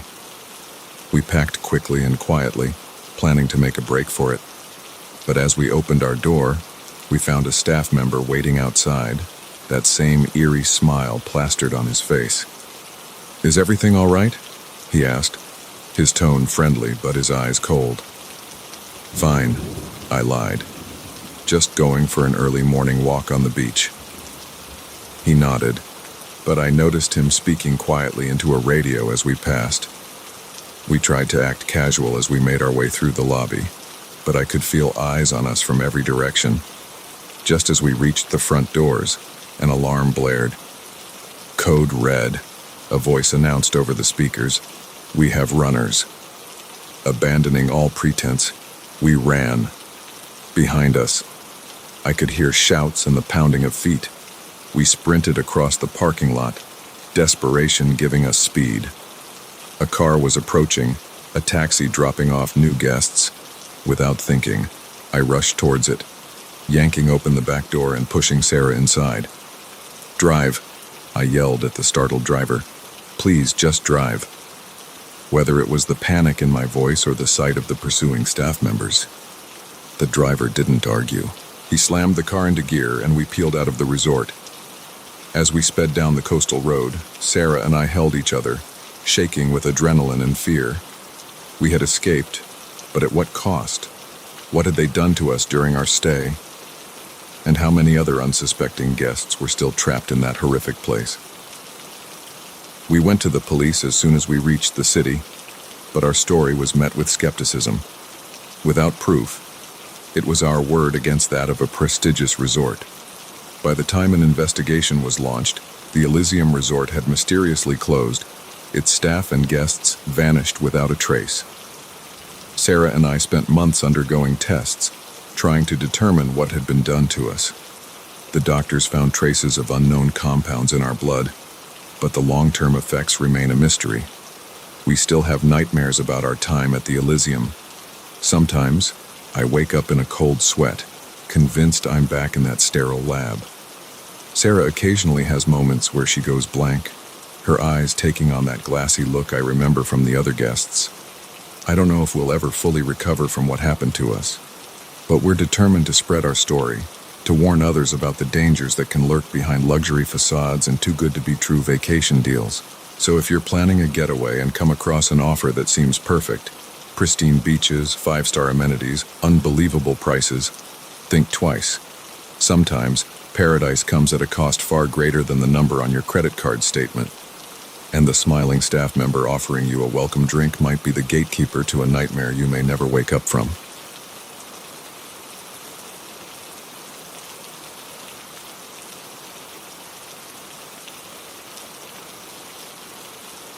The moment I saw the footprints in the sand, I knew our perfect family vacation had turned into a nightmare.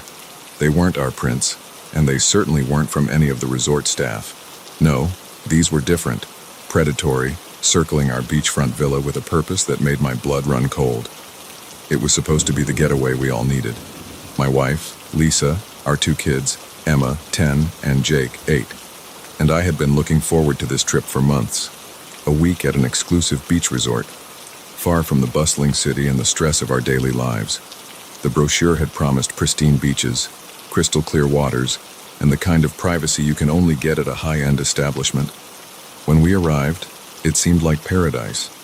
Our villa was right on the beach, with floor-to-ceiling windows offering a panoramic view of the ocean.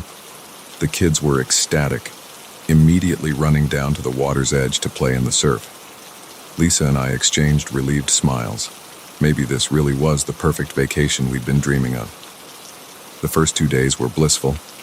We swam, built sandcastles, and enjoyed long walks on the beach. The resort staff was attentive but unobtrusive, appearing almost magically when we needed something and vanishing just as quickly. It was during one of these walks, on the evening of the second day, that I first noticed something odd. We were heading back to our villa as the sun was setting, casting long shadows across the sand. That's when I saw them, a set of footprints that didn't belong to any of us. They came from the direction of the dense vegetation that bordered the beach, circled our villa, and then disappeared back into the greenery. "Did you see anyone around our place earlier?" I asked Lisa casually, not wanting to alarm her. She shook her head, distracted by Jake's excited chatter about the seashell he'd found. I tried to brush it off, but an uneasy feeling had taken root in the pit of my stomach. That night, I couldn't sleep.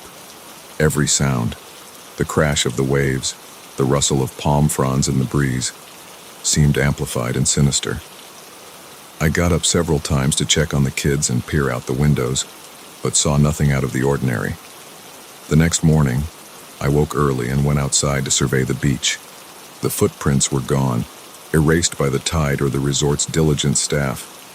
I was almost convinced I had imagined the whole thing when I noticed something glinting in the sand near our villa. Bending down, I picked up a small metal object, a cufflink, expensive looking and definitely not mine. I pocketed the cufflink, my unease growing. As I turned back to the villa, movement caught my eye. A figure, partially obscured by the lush foliage at the edge of the beach, was watching our villa. When they saw me looking, they quickly retreated into the greenery. My heart racing, I hurried back inside, locking the door behind me. I debated whether to tell Lisa. I didn't want to ruin the vacation over what could be nothing, but my instincts were screaming that something was very wrong. Before I could decide, there was a knock at the door. It was one of the resort staff, his smile as perfect and unwavering as ever. "Good morning, sir," he said. "I hope you're enjoying your stay. I just wanted to inform you that we're experiencing some minor issues with our communication systems. Cell phones and internet may be unreliable for the next day or so. Please don't hesitate to contact the front desk if you need anything." I thanked him, my suspicion growing. As soon as he left, I checked my phone. Sure enough, there was no signal. I tried the villa's landline, dead. Lisa came out of the bedroom, yawning. "Who was that, honey?" I hesitated for a split second before deciding to tell her everything. The footprints, the cufflink, the figure I'd seen, and now the conveniently malfunctioning communications. Her face paled as I spoke. "What do we do?" she whispered, glancing toward the kids' room. "We need to leave," I said firmly. "Pack up, quietly. We'll tell the kids we're going on an adventure." As Lisa went to wake the children, I peered out the window again. My heart nearly stopped. There were 3 men on the beach now, not even trying to hide. They were dressed casually, like tourists, but their stance and the way they watched our villa told a different story. "Lisa," I called softly, "we need to hurry."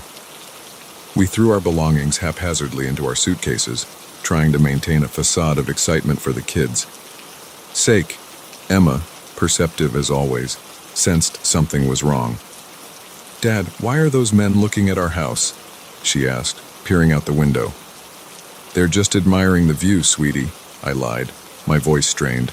"Come on, let's play a game. We're going to see who can be the quietest as we leave, okay?" Jake, always up for a challenge, nodded enthusiastically. Emma looked skeptical but went along with it. We slipped out the back of the villa, keeping low and moving quickly. The dense vegetation provided some cover, but moving through it with 2 kids and our luggage was painfully slow. Every snapping twig sounded like a gunshot to my ears. We had made it about halfway to the resort's main building when I heard shouts behind us.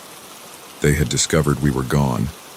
"Run!" I yelled, abandoning all pretense of stealth. Lisa scooped up Jake, and I grabbed Emma's hand as we crashed through the underbrush. I could hear our pursuers gaining on us, their shouts growing louder. We burst out of the vegetation onto the resort's main path, startling a couple out for a morning walk. "Help!" Lisa cried. "Please, we need help!" The couple stared at us in bewilderment as we raced past, the sounds of pursuit growing ever closer. We rounded a bend and the main building came into view.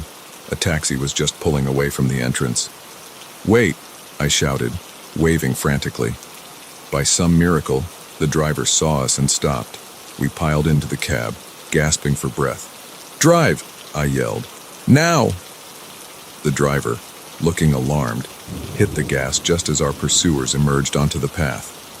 In the rearview mirror, I saw one of them raise what looked like a gun. "Get down!" I shouted, pushing the kids to the floor of the cab. The back window shattered as we sped through the resort's gate. The driver was yelling in a language I didn't understand, but his panic was clear. We fishtailed onto the main road, the taxi's engine whining in protest as he floored it. For several tense minutes, we sped along the coastal road, all of us too terrified to speak. Finally, as we approached a more populated area, I allowed myself to breathe. "I think we lost them," I said, my voice shaking. Lisa was crying silently, clutching the kids close. Emma looked shell-shocked, while Jake, bless him, seemed to think this had all been part of the game. "Mister," the driver said, his eyes meeting mine in the rearview mirror. "What was that? Who were those men?" "I don't know," I replied honestly, "but I think we just escaped from something very bad." We drove to the nearest police station, where we spent hours trying to explain what had happened. The police were skeptical at first, but the bullet holes in the taxi and our obvious distress lent credibility to our story. It wasn't until later, when international authorities got involved, that we learned the truth. The resort was a front for a human trafficking operation, targeting wealthy tourists. We had narrowly escaped being kidnapped and ransomed, or worse. The realization of how close we had come to an unthinkable fate haunted us for a long time. The kids had nightmares for months, and Lisa and I jumped at every unexpected sound. It took years of therapy and support for us to feel safe again, to be able to enjoy a family outing without constantly looking over our shoulders. But we did heal, slowly but surely. Now, when I see ads for exotic beach getaways or exclusive resorts, I feel a chill run down my spine. Our experience taught us a harsh lesson about the dangers that can lurk in paradise. We still travel, still try to show our kids the beauty of the world, but we do it with our eyes wide open, always vigilant, always aware that sometimes the most picturesque facades can hide the darkest secrets. So if you're planning a vacation and come across a deal that seems too good to be true, remember our story. Paradise can have a price far steeper than you can imagine, and some beaches hide footprints that are better left unfollowed.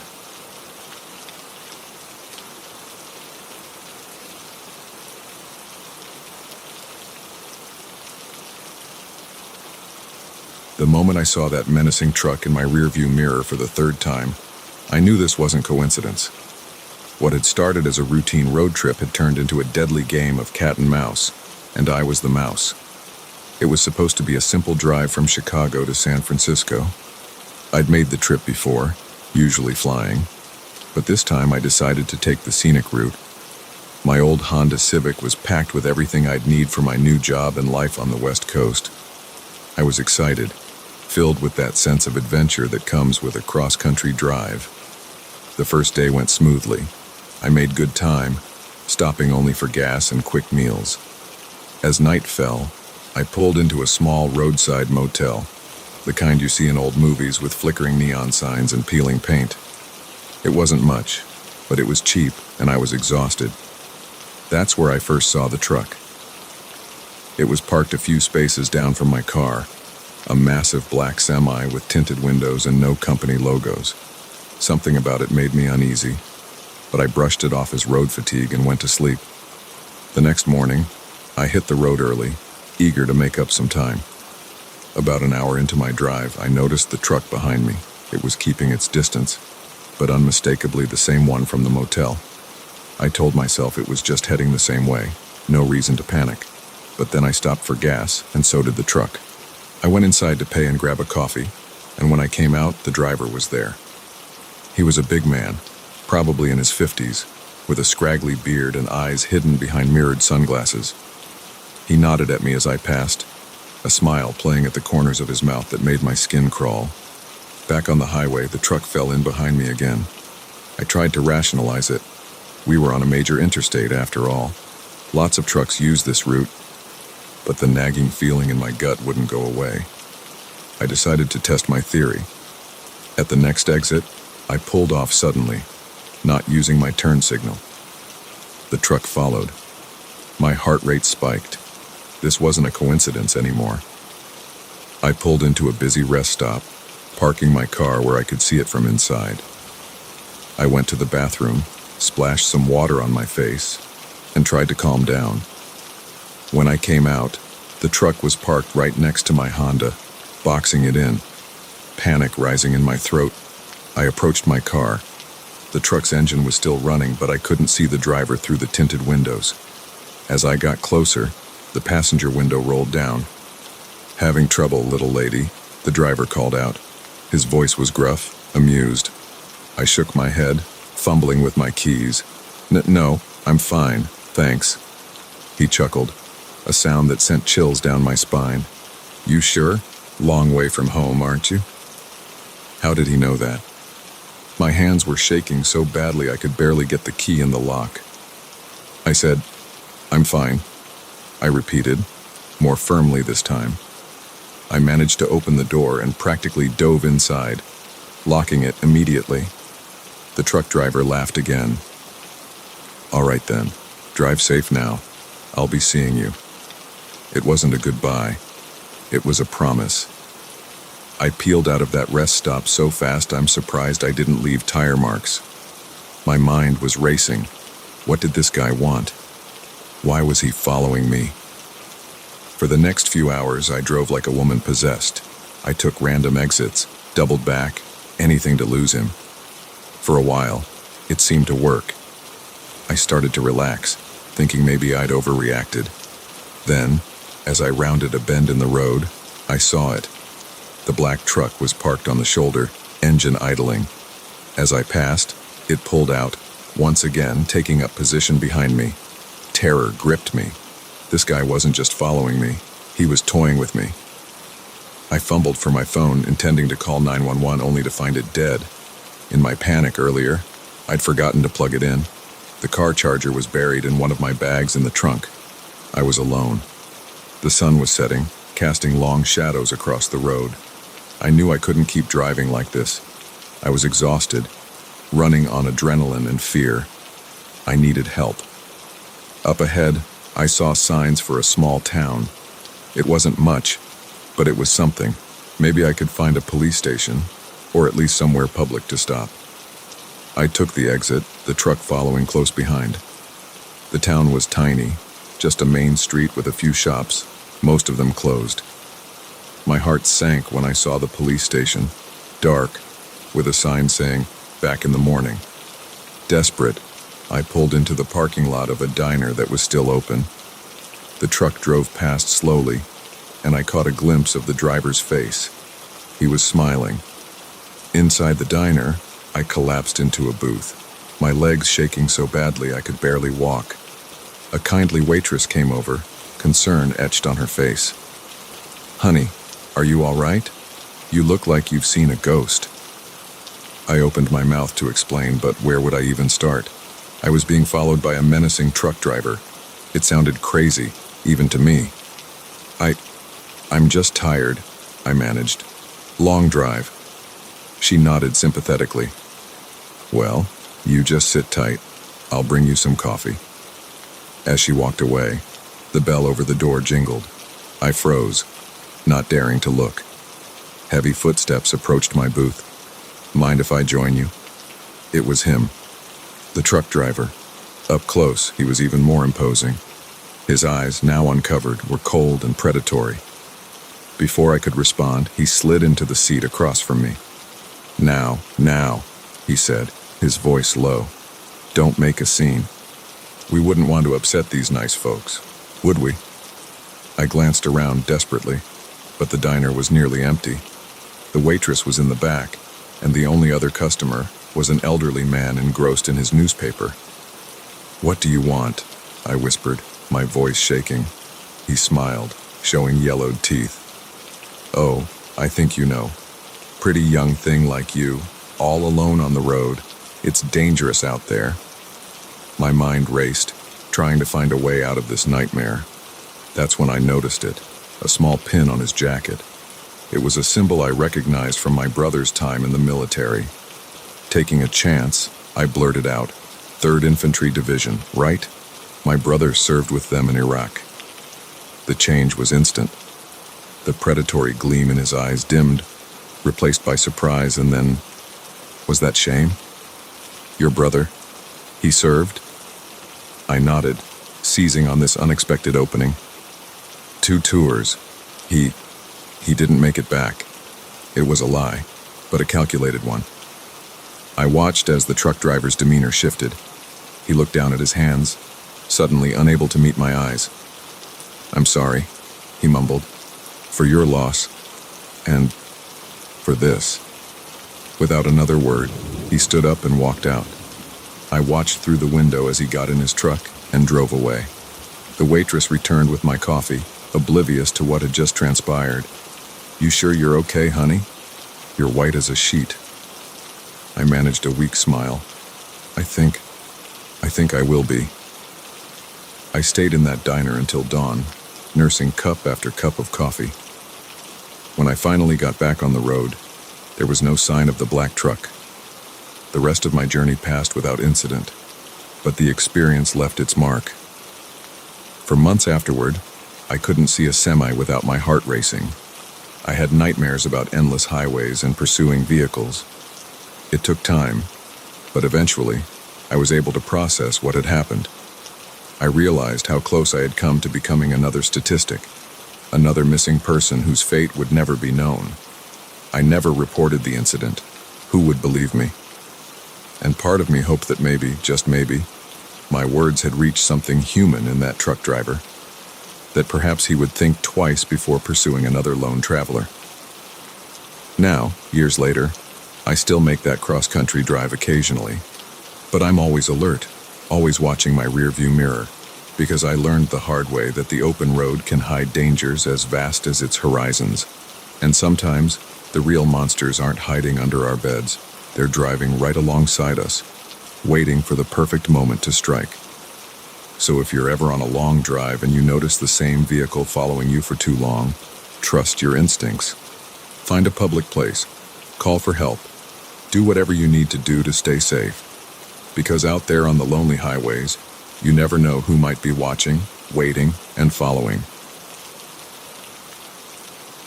The moment I heard the faint scraping sound coming from inside the walls, I knew we weren't alone in our new home. What should have been a fresh start for our family had become a living nightmare, and the horrors lurking behind the drywall were about to reveal themselves. My wife, Sarah, and I had been searching for the perfect house for months. With our second child on the way, we needed more space than our cramped city apartment could offer. When we stumbled upon the listing for the old Victorian on Maple Street, it seemed too good to be true. Spacious, affordable, and with a big backyard for the kids, it was everything we'd been looking for. The real estate agent, a bubbly woman named Karen, couldn't stop gushing about the place as she showed us around. "It's got such character," she kept saying, running her hand along the intricate woodwork. "They don't make houses like this anymore." We were sold. Despite Sarah's hesitation about the creaky floors and musty smell in the attic, we put in an offer that day. A week later, we were homeowners. Moving day was chaotic, as moving days tend to be. Our 4-year-old daughter, Emma, was excited about her new, bigger room, running from box to box and helping by unpacking her toys all over the floor. Sarah, 7 months pregnant, directed the movers while I assembled furniture and tried to make sense of the mess. It wasn't until that night, after Emma was tucked in and Sarah had gone to bed early, exhausted from the day's activities, that I first noticed something odd. I was in the living room, surrounded by half-empty boxes, when I heard it. A soft scratching sound coming from somewhere behind the wall. At first, I dismissed it as mice. It was an old house, after all. I made a mental note to pick up some traps the next day and went back to unpacking.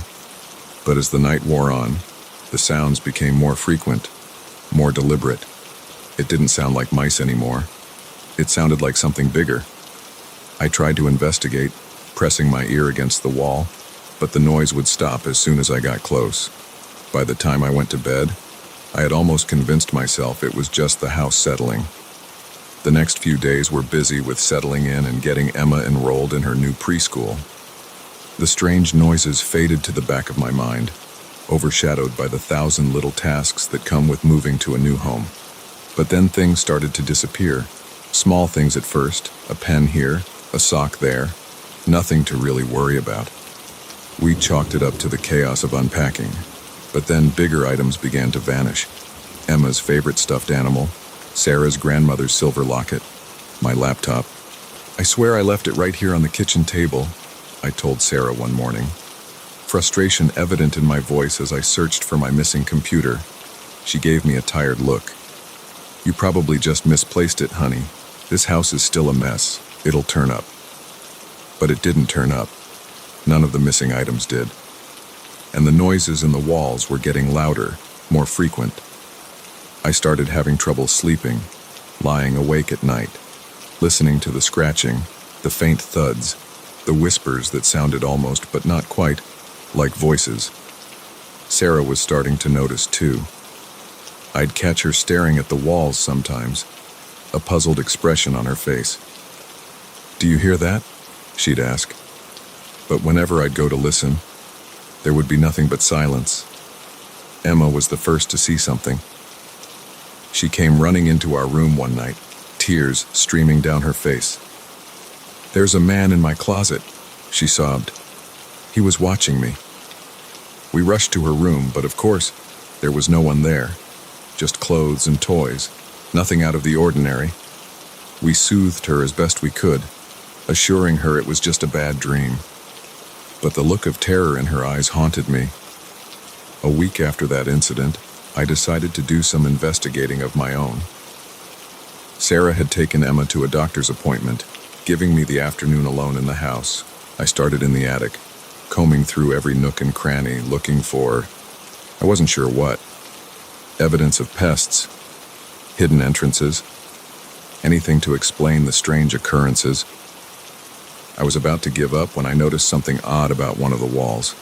It looked newer than the others, the paint a slightly different shade. Curious, I knocked on it. The hollow sound that echoed back confirmed my suspicion. There was space behind this wall. Heart pounding. I went to the garage to grab a sledgehammer. This was probably a terrible idea, but I had to know what was back there. With a deep breath, I swung the hammer at the wall. The drywall crumbled easily, revealing a dark space beyond. As dust filled the air, I shone my flashlight into the opening. What I saw made my blood run cold. It was a room, a small, secret room, hidden within the walls of our house, and it wasn't empty. A sleeping bag was laid out on the floor, surrounded by piles of our things. Emma's stuffed animal, Sarah's locket, my laptop. Everything that had gone missing over the past weeks was there, but that wasn't the worst part. On the far wall, illuminated by my shaking flashlight beam, was a collage of photos. Photos of us. Sarah hanging laundry in the backyard, Emma playing in her room, me asleep on the couch, dozens of images, all taken without our knowledge, documenting our every move since we'd moved in. I stumbled backward, my mind reeling. Someone had been living in our walls, watching us while stealing from us. The realization was like a physical blow. Just then, I heard the front door open. Sarah's voice floated up the stairs. "Honey, we're home early. The appointment was canceled." Panic gripped me. I had to get them out of the house now. But before I could move, I heard another sound. A creak from inside the wall. Then footsteps, fast and light, moving down. "Sarah," I yelled, already running for the attic stairs. "Take Emma and get out of the house.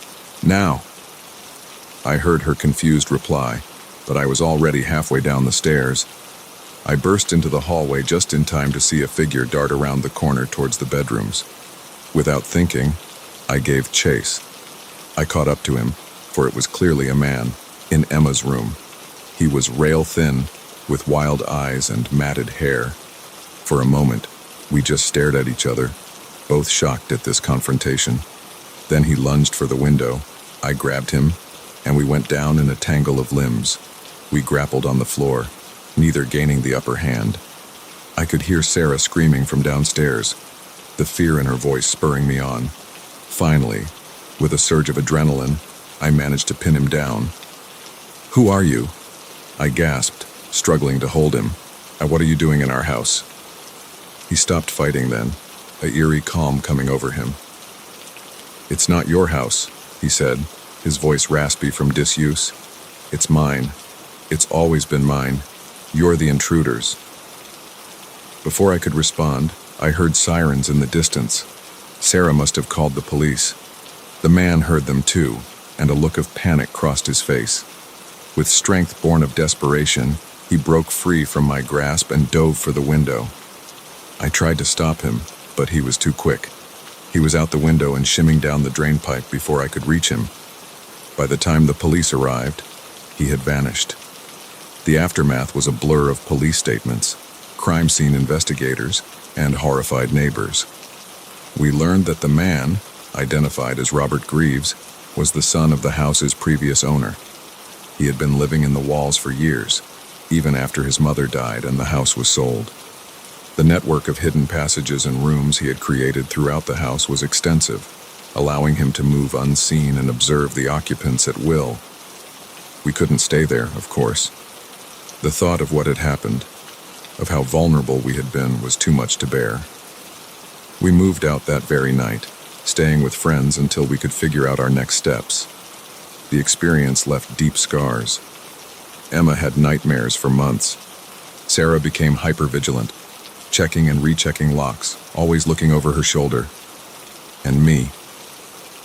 I couldn't shake the image of those photos on the wall, the realization of how exposed we had been. We eventually found a new home, a newly built house with no history, no hidden spaces. But the fear lingered. Every unexplained noise, every misplaced item brought back the terror of those weeks in the old Victorian. I've come to realize that the true horror wasn't just the man in the walls. It was the violation of our sense of safety, the shattering of the illusion that we are ever truly alone or secure in our homes. Because now I know that sometimes the walls do have eyes and ears and malevolent intentions. So if you're in your home right now, reading this, take a moment to listen. Really listen. Is that just the house settling? Or is it something else? Someone else? Because you never know who might be watching from behind the walls, waiting for the perfect moment to reveal themselves.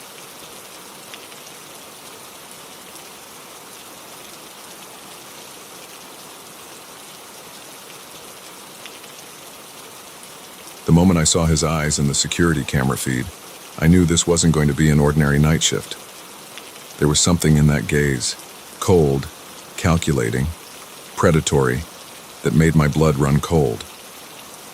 As the clock ticked closer to midnight and the last customer left, I realized with growing horror that I was about to be trapped alone with a man who had no intention of leaving.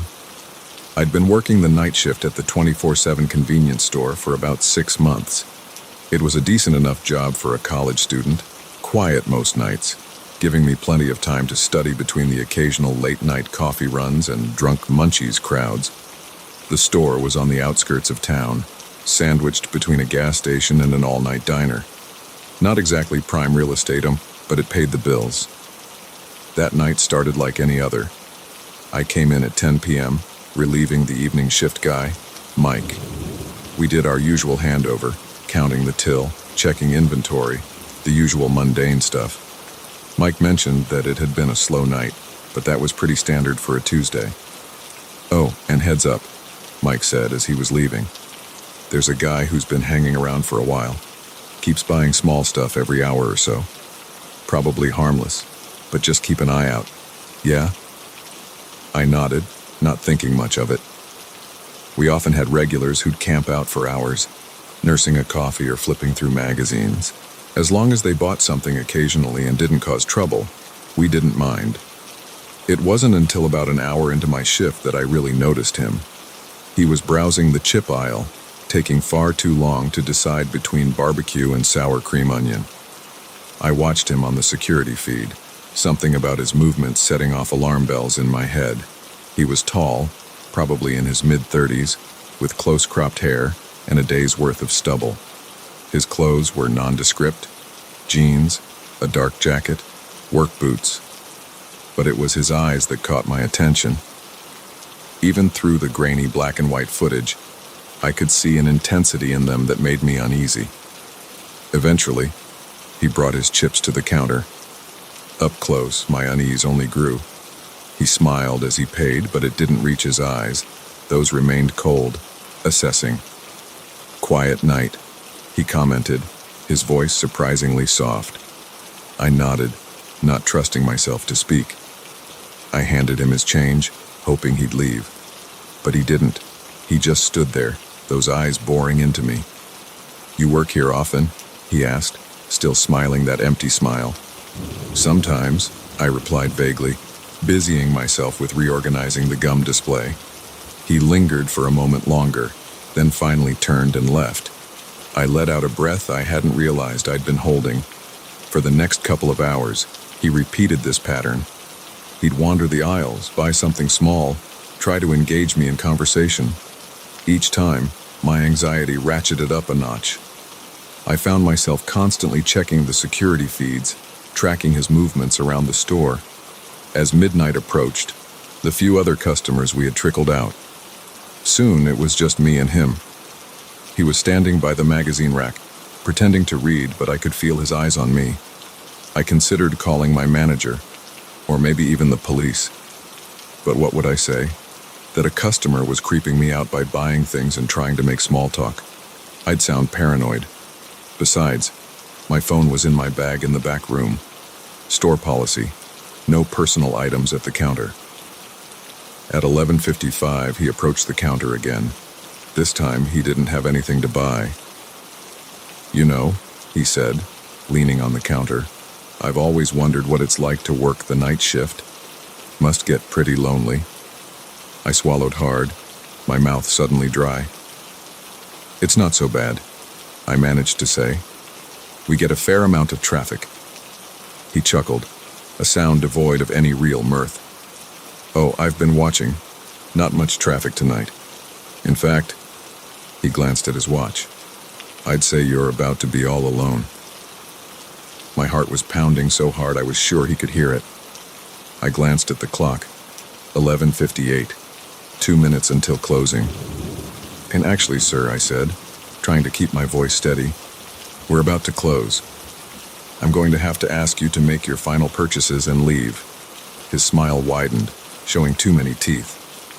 "Oh, I don't think so. In fact, I think I'll be staying for a while. We have so much to talk about, you and I." He reached into his jacket, and I felt the world slow down. This was it. He was going to pull out a gun, or a knife. I was going to die here, in this stupid convenience store, all because I was too afraid to trust my instincts and call for help earlier. But what he pulled out wasn't a weapon. It was a badge. "Detective Simmons, City Police," he said, his demeanor changing completely. The cold smile was gone, replaced by a look of grim determination. "I'm afraid I'm going to need you to lock up early tonight. We have a situation." I stared at him, my brain struggling to catch up. What?"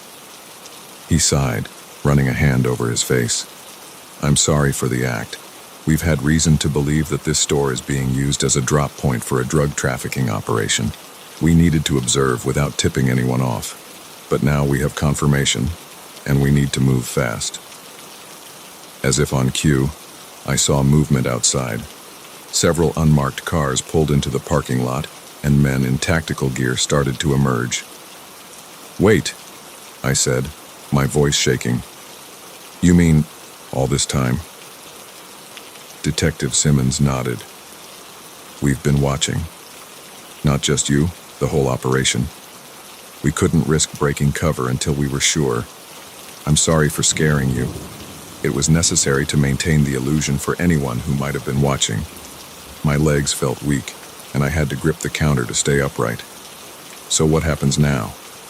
"Now," he said, "you're going to lock up, and then you're going to come with me to the station to give a statement. We'll need to know about any suspicious activities you might have noticed during your shifts." As I moved to lock the doors, my mind was reeling. All those nights I'd worked, never suspecting that anything illegal was happening. How long had this been going on? Was I in danger? Had I unknowingly been a part of something criminal? Detective Simmons must have sensed my distress. "Hey," he said, his voice gentler now. "You're not in any trouble. You're a witness, that's all. We'll make sure you're protected." I nodded numbly, following him out to one of the unmarked cars. As we drove away, I saw more police vehicles pulling up to the store. It looked like it was going to be a long night for everyone. At the station, I gave my statement, recounting every odd interaction, every unusual purchase I could remember from my months working at the store. It turned out that the owner, who I'd only met once, was the ringleader of the operation. The store was just a front for a much larger drug distribution network. When I finally got home, the sun was coming up. I collapsed into bed, exhausted but unable to sleep. My mind kept replaying the events of the night, the fear I'd felt, the relief at the reveal, and then the shock of learning the truth. In the days that followed, the story broke in the local news. The convenience store was shut down, yellow police tape across the doors. I was interviewed by more detectives, and even had to testify in court eventually. I never went back to working night shifts after that. The experience left me jumpy, suspicious of every customer who lingered too long. But it also taught me an important lesson about trusting my instincts, that unease I'd felt. It had been justified, just not in the way I'd expected. Now, years later, I still think about that night sometimes, about how close I came to real danger, not from the detective, but from the criminals I'd been unknowingly working for. It's a reminder that sometimes the most dangerous situations are the ones we don't even realize we're in. So the next time you're in a convenience store late at night, spare a thought for the person behind the counter. You never know what might be happening behind the scenes. And if something feels off, trust that feeling. It might just save your life.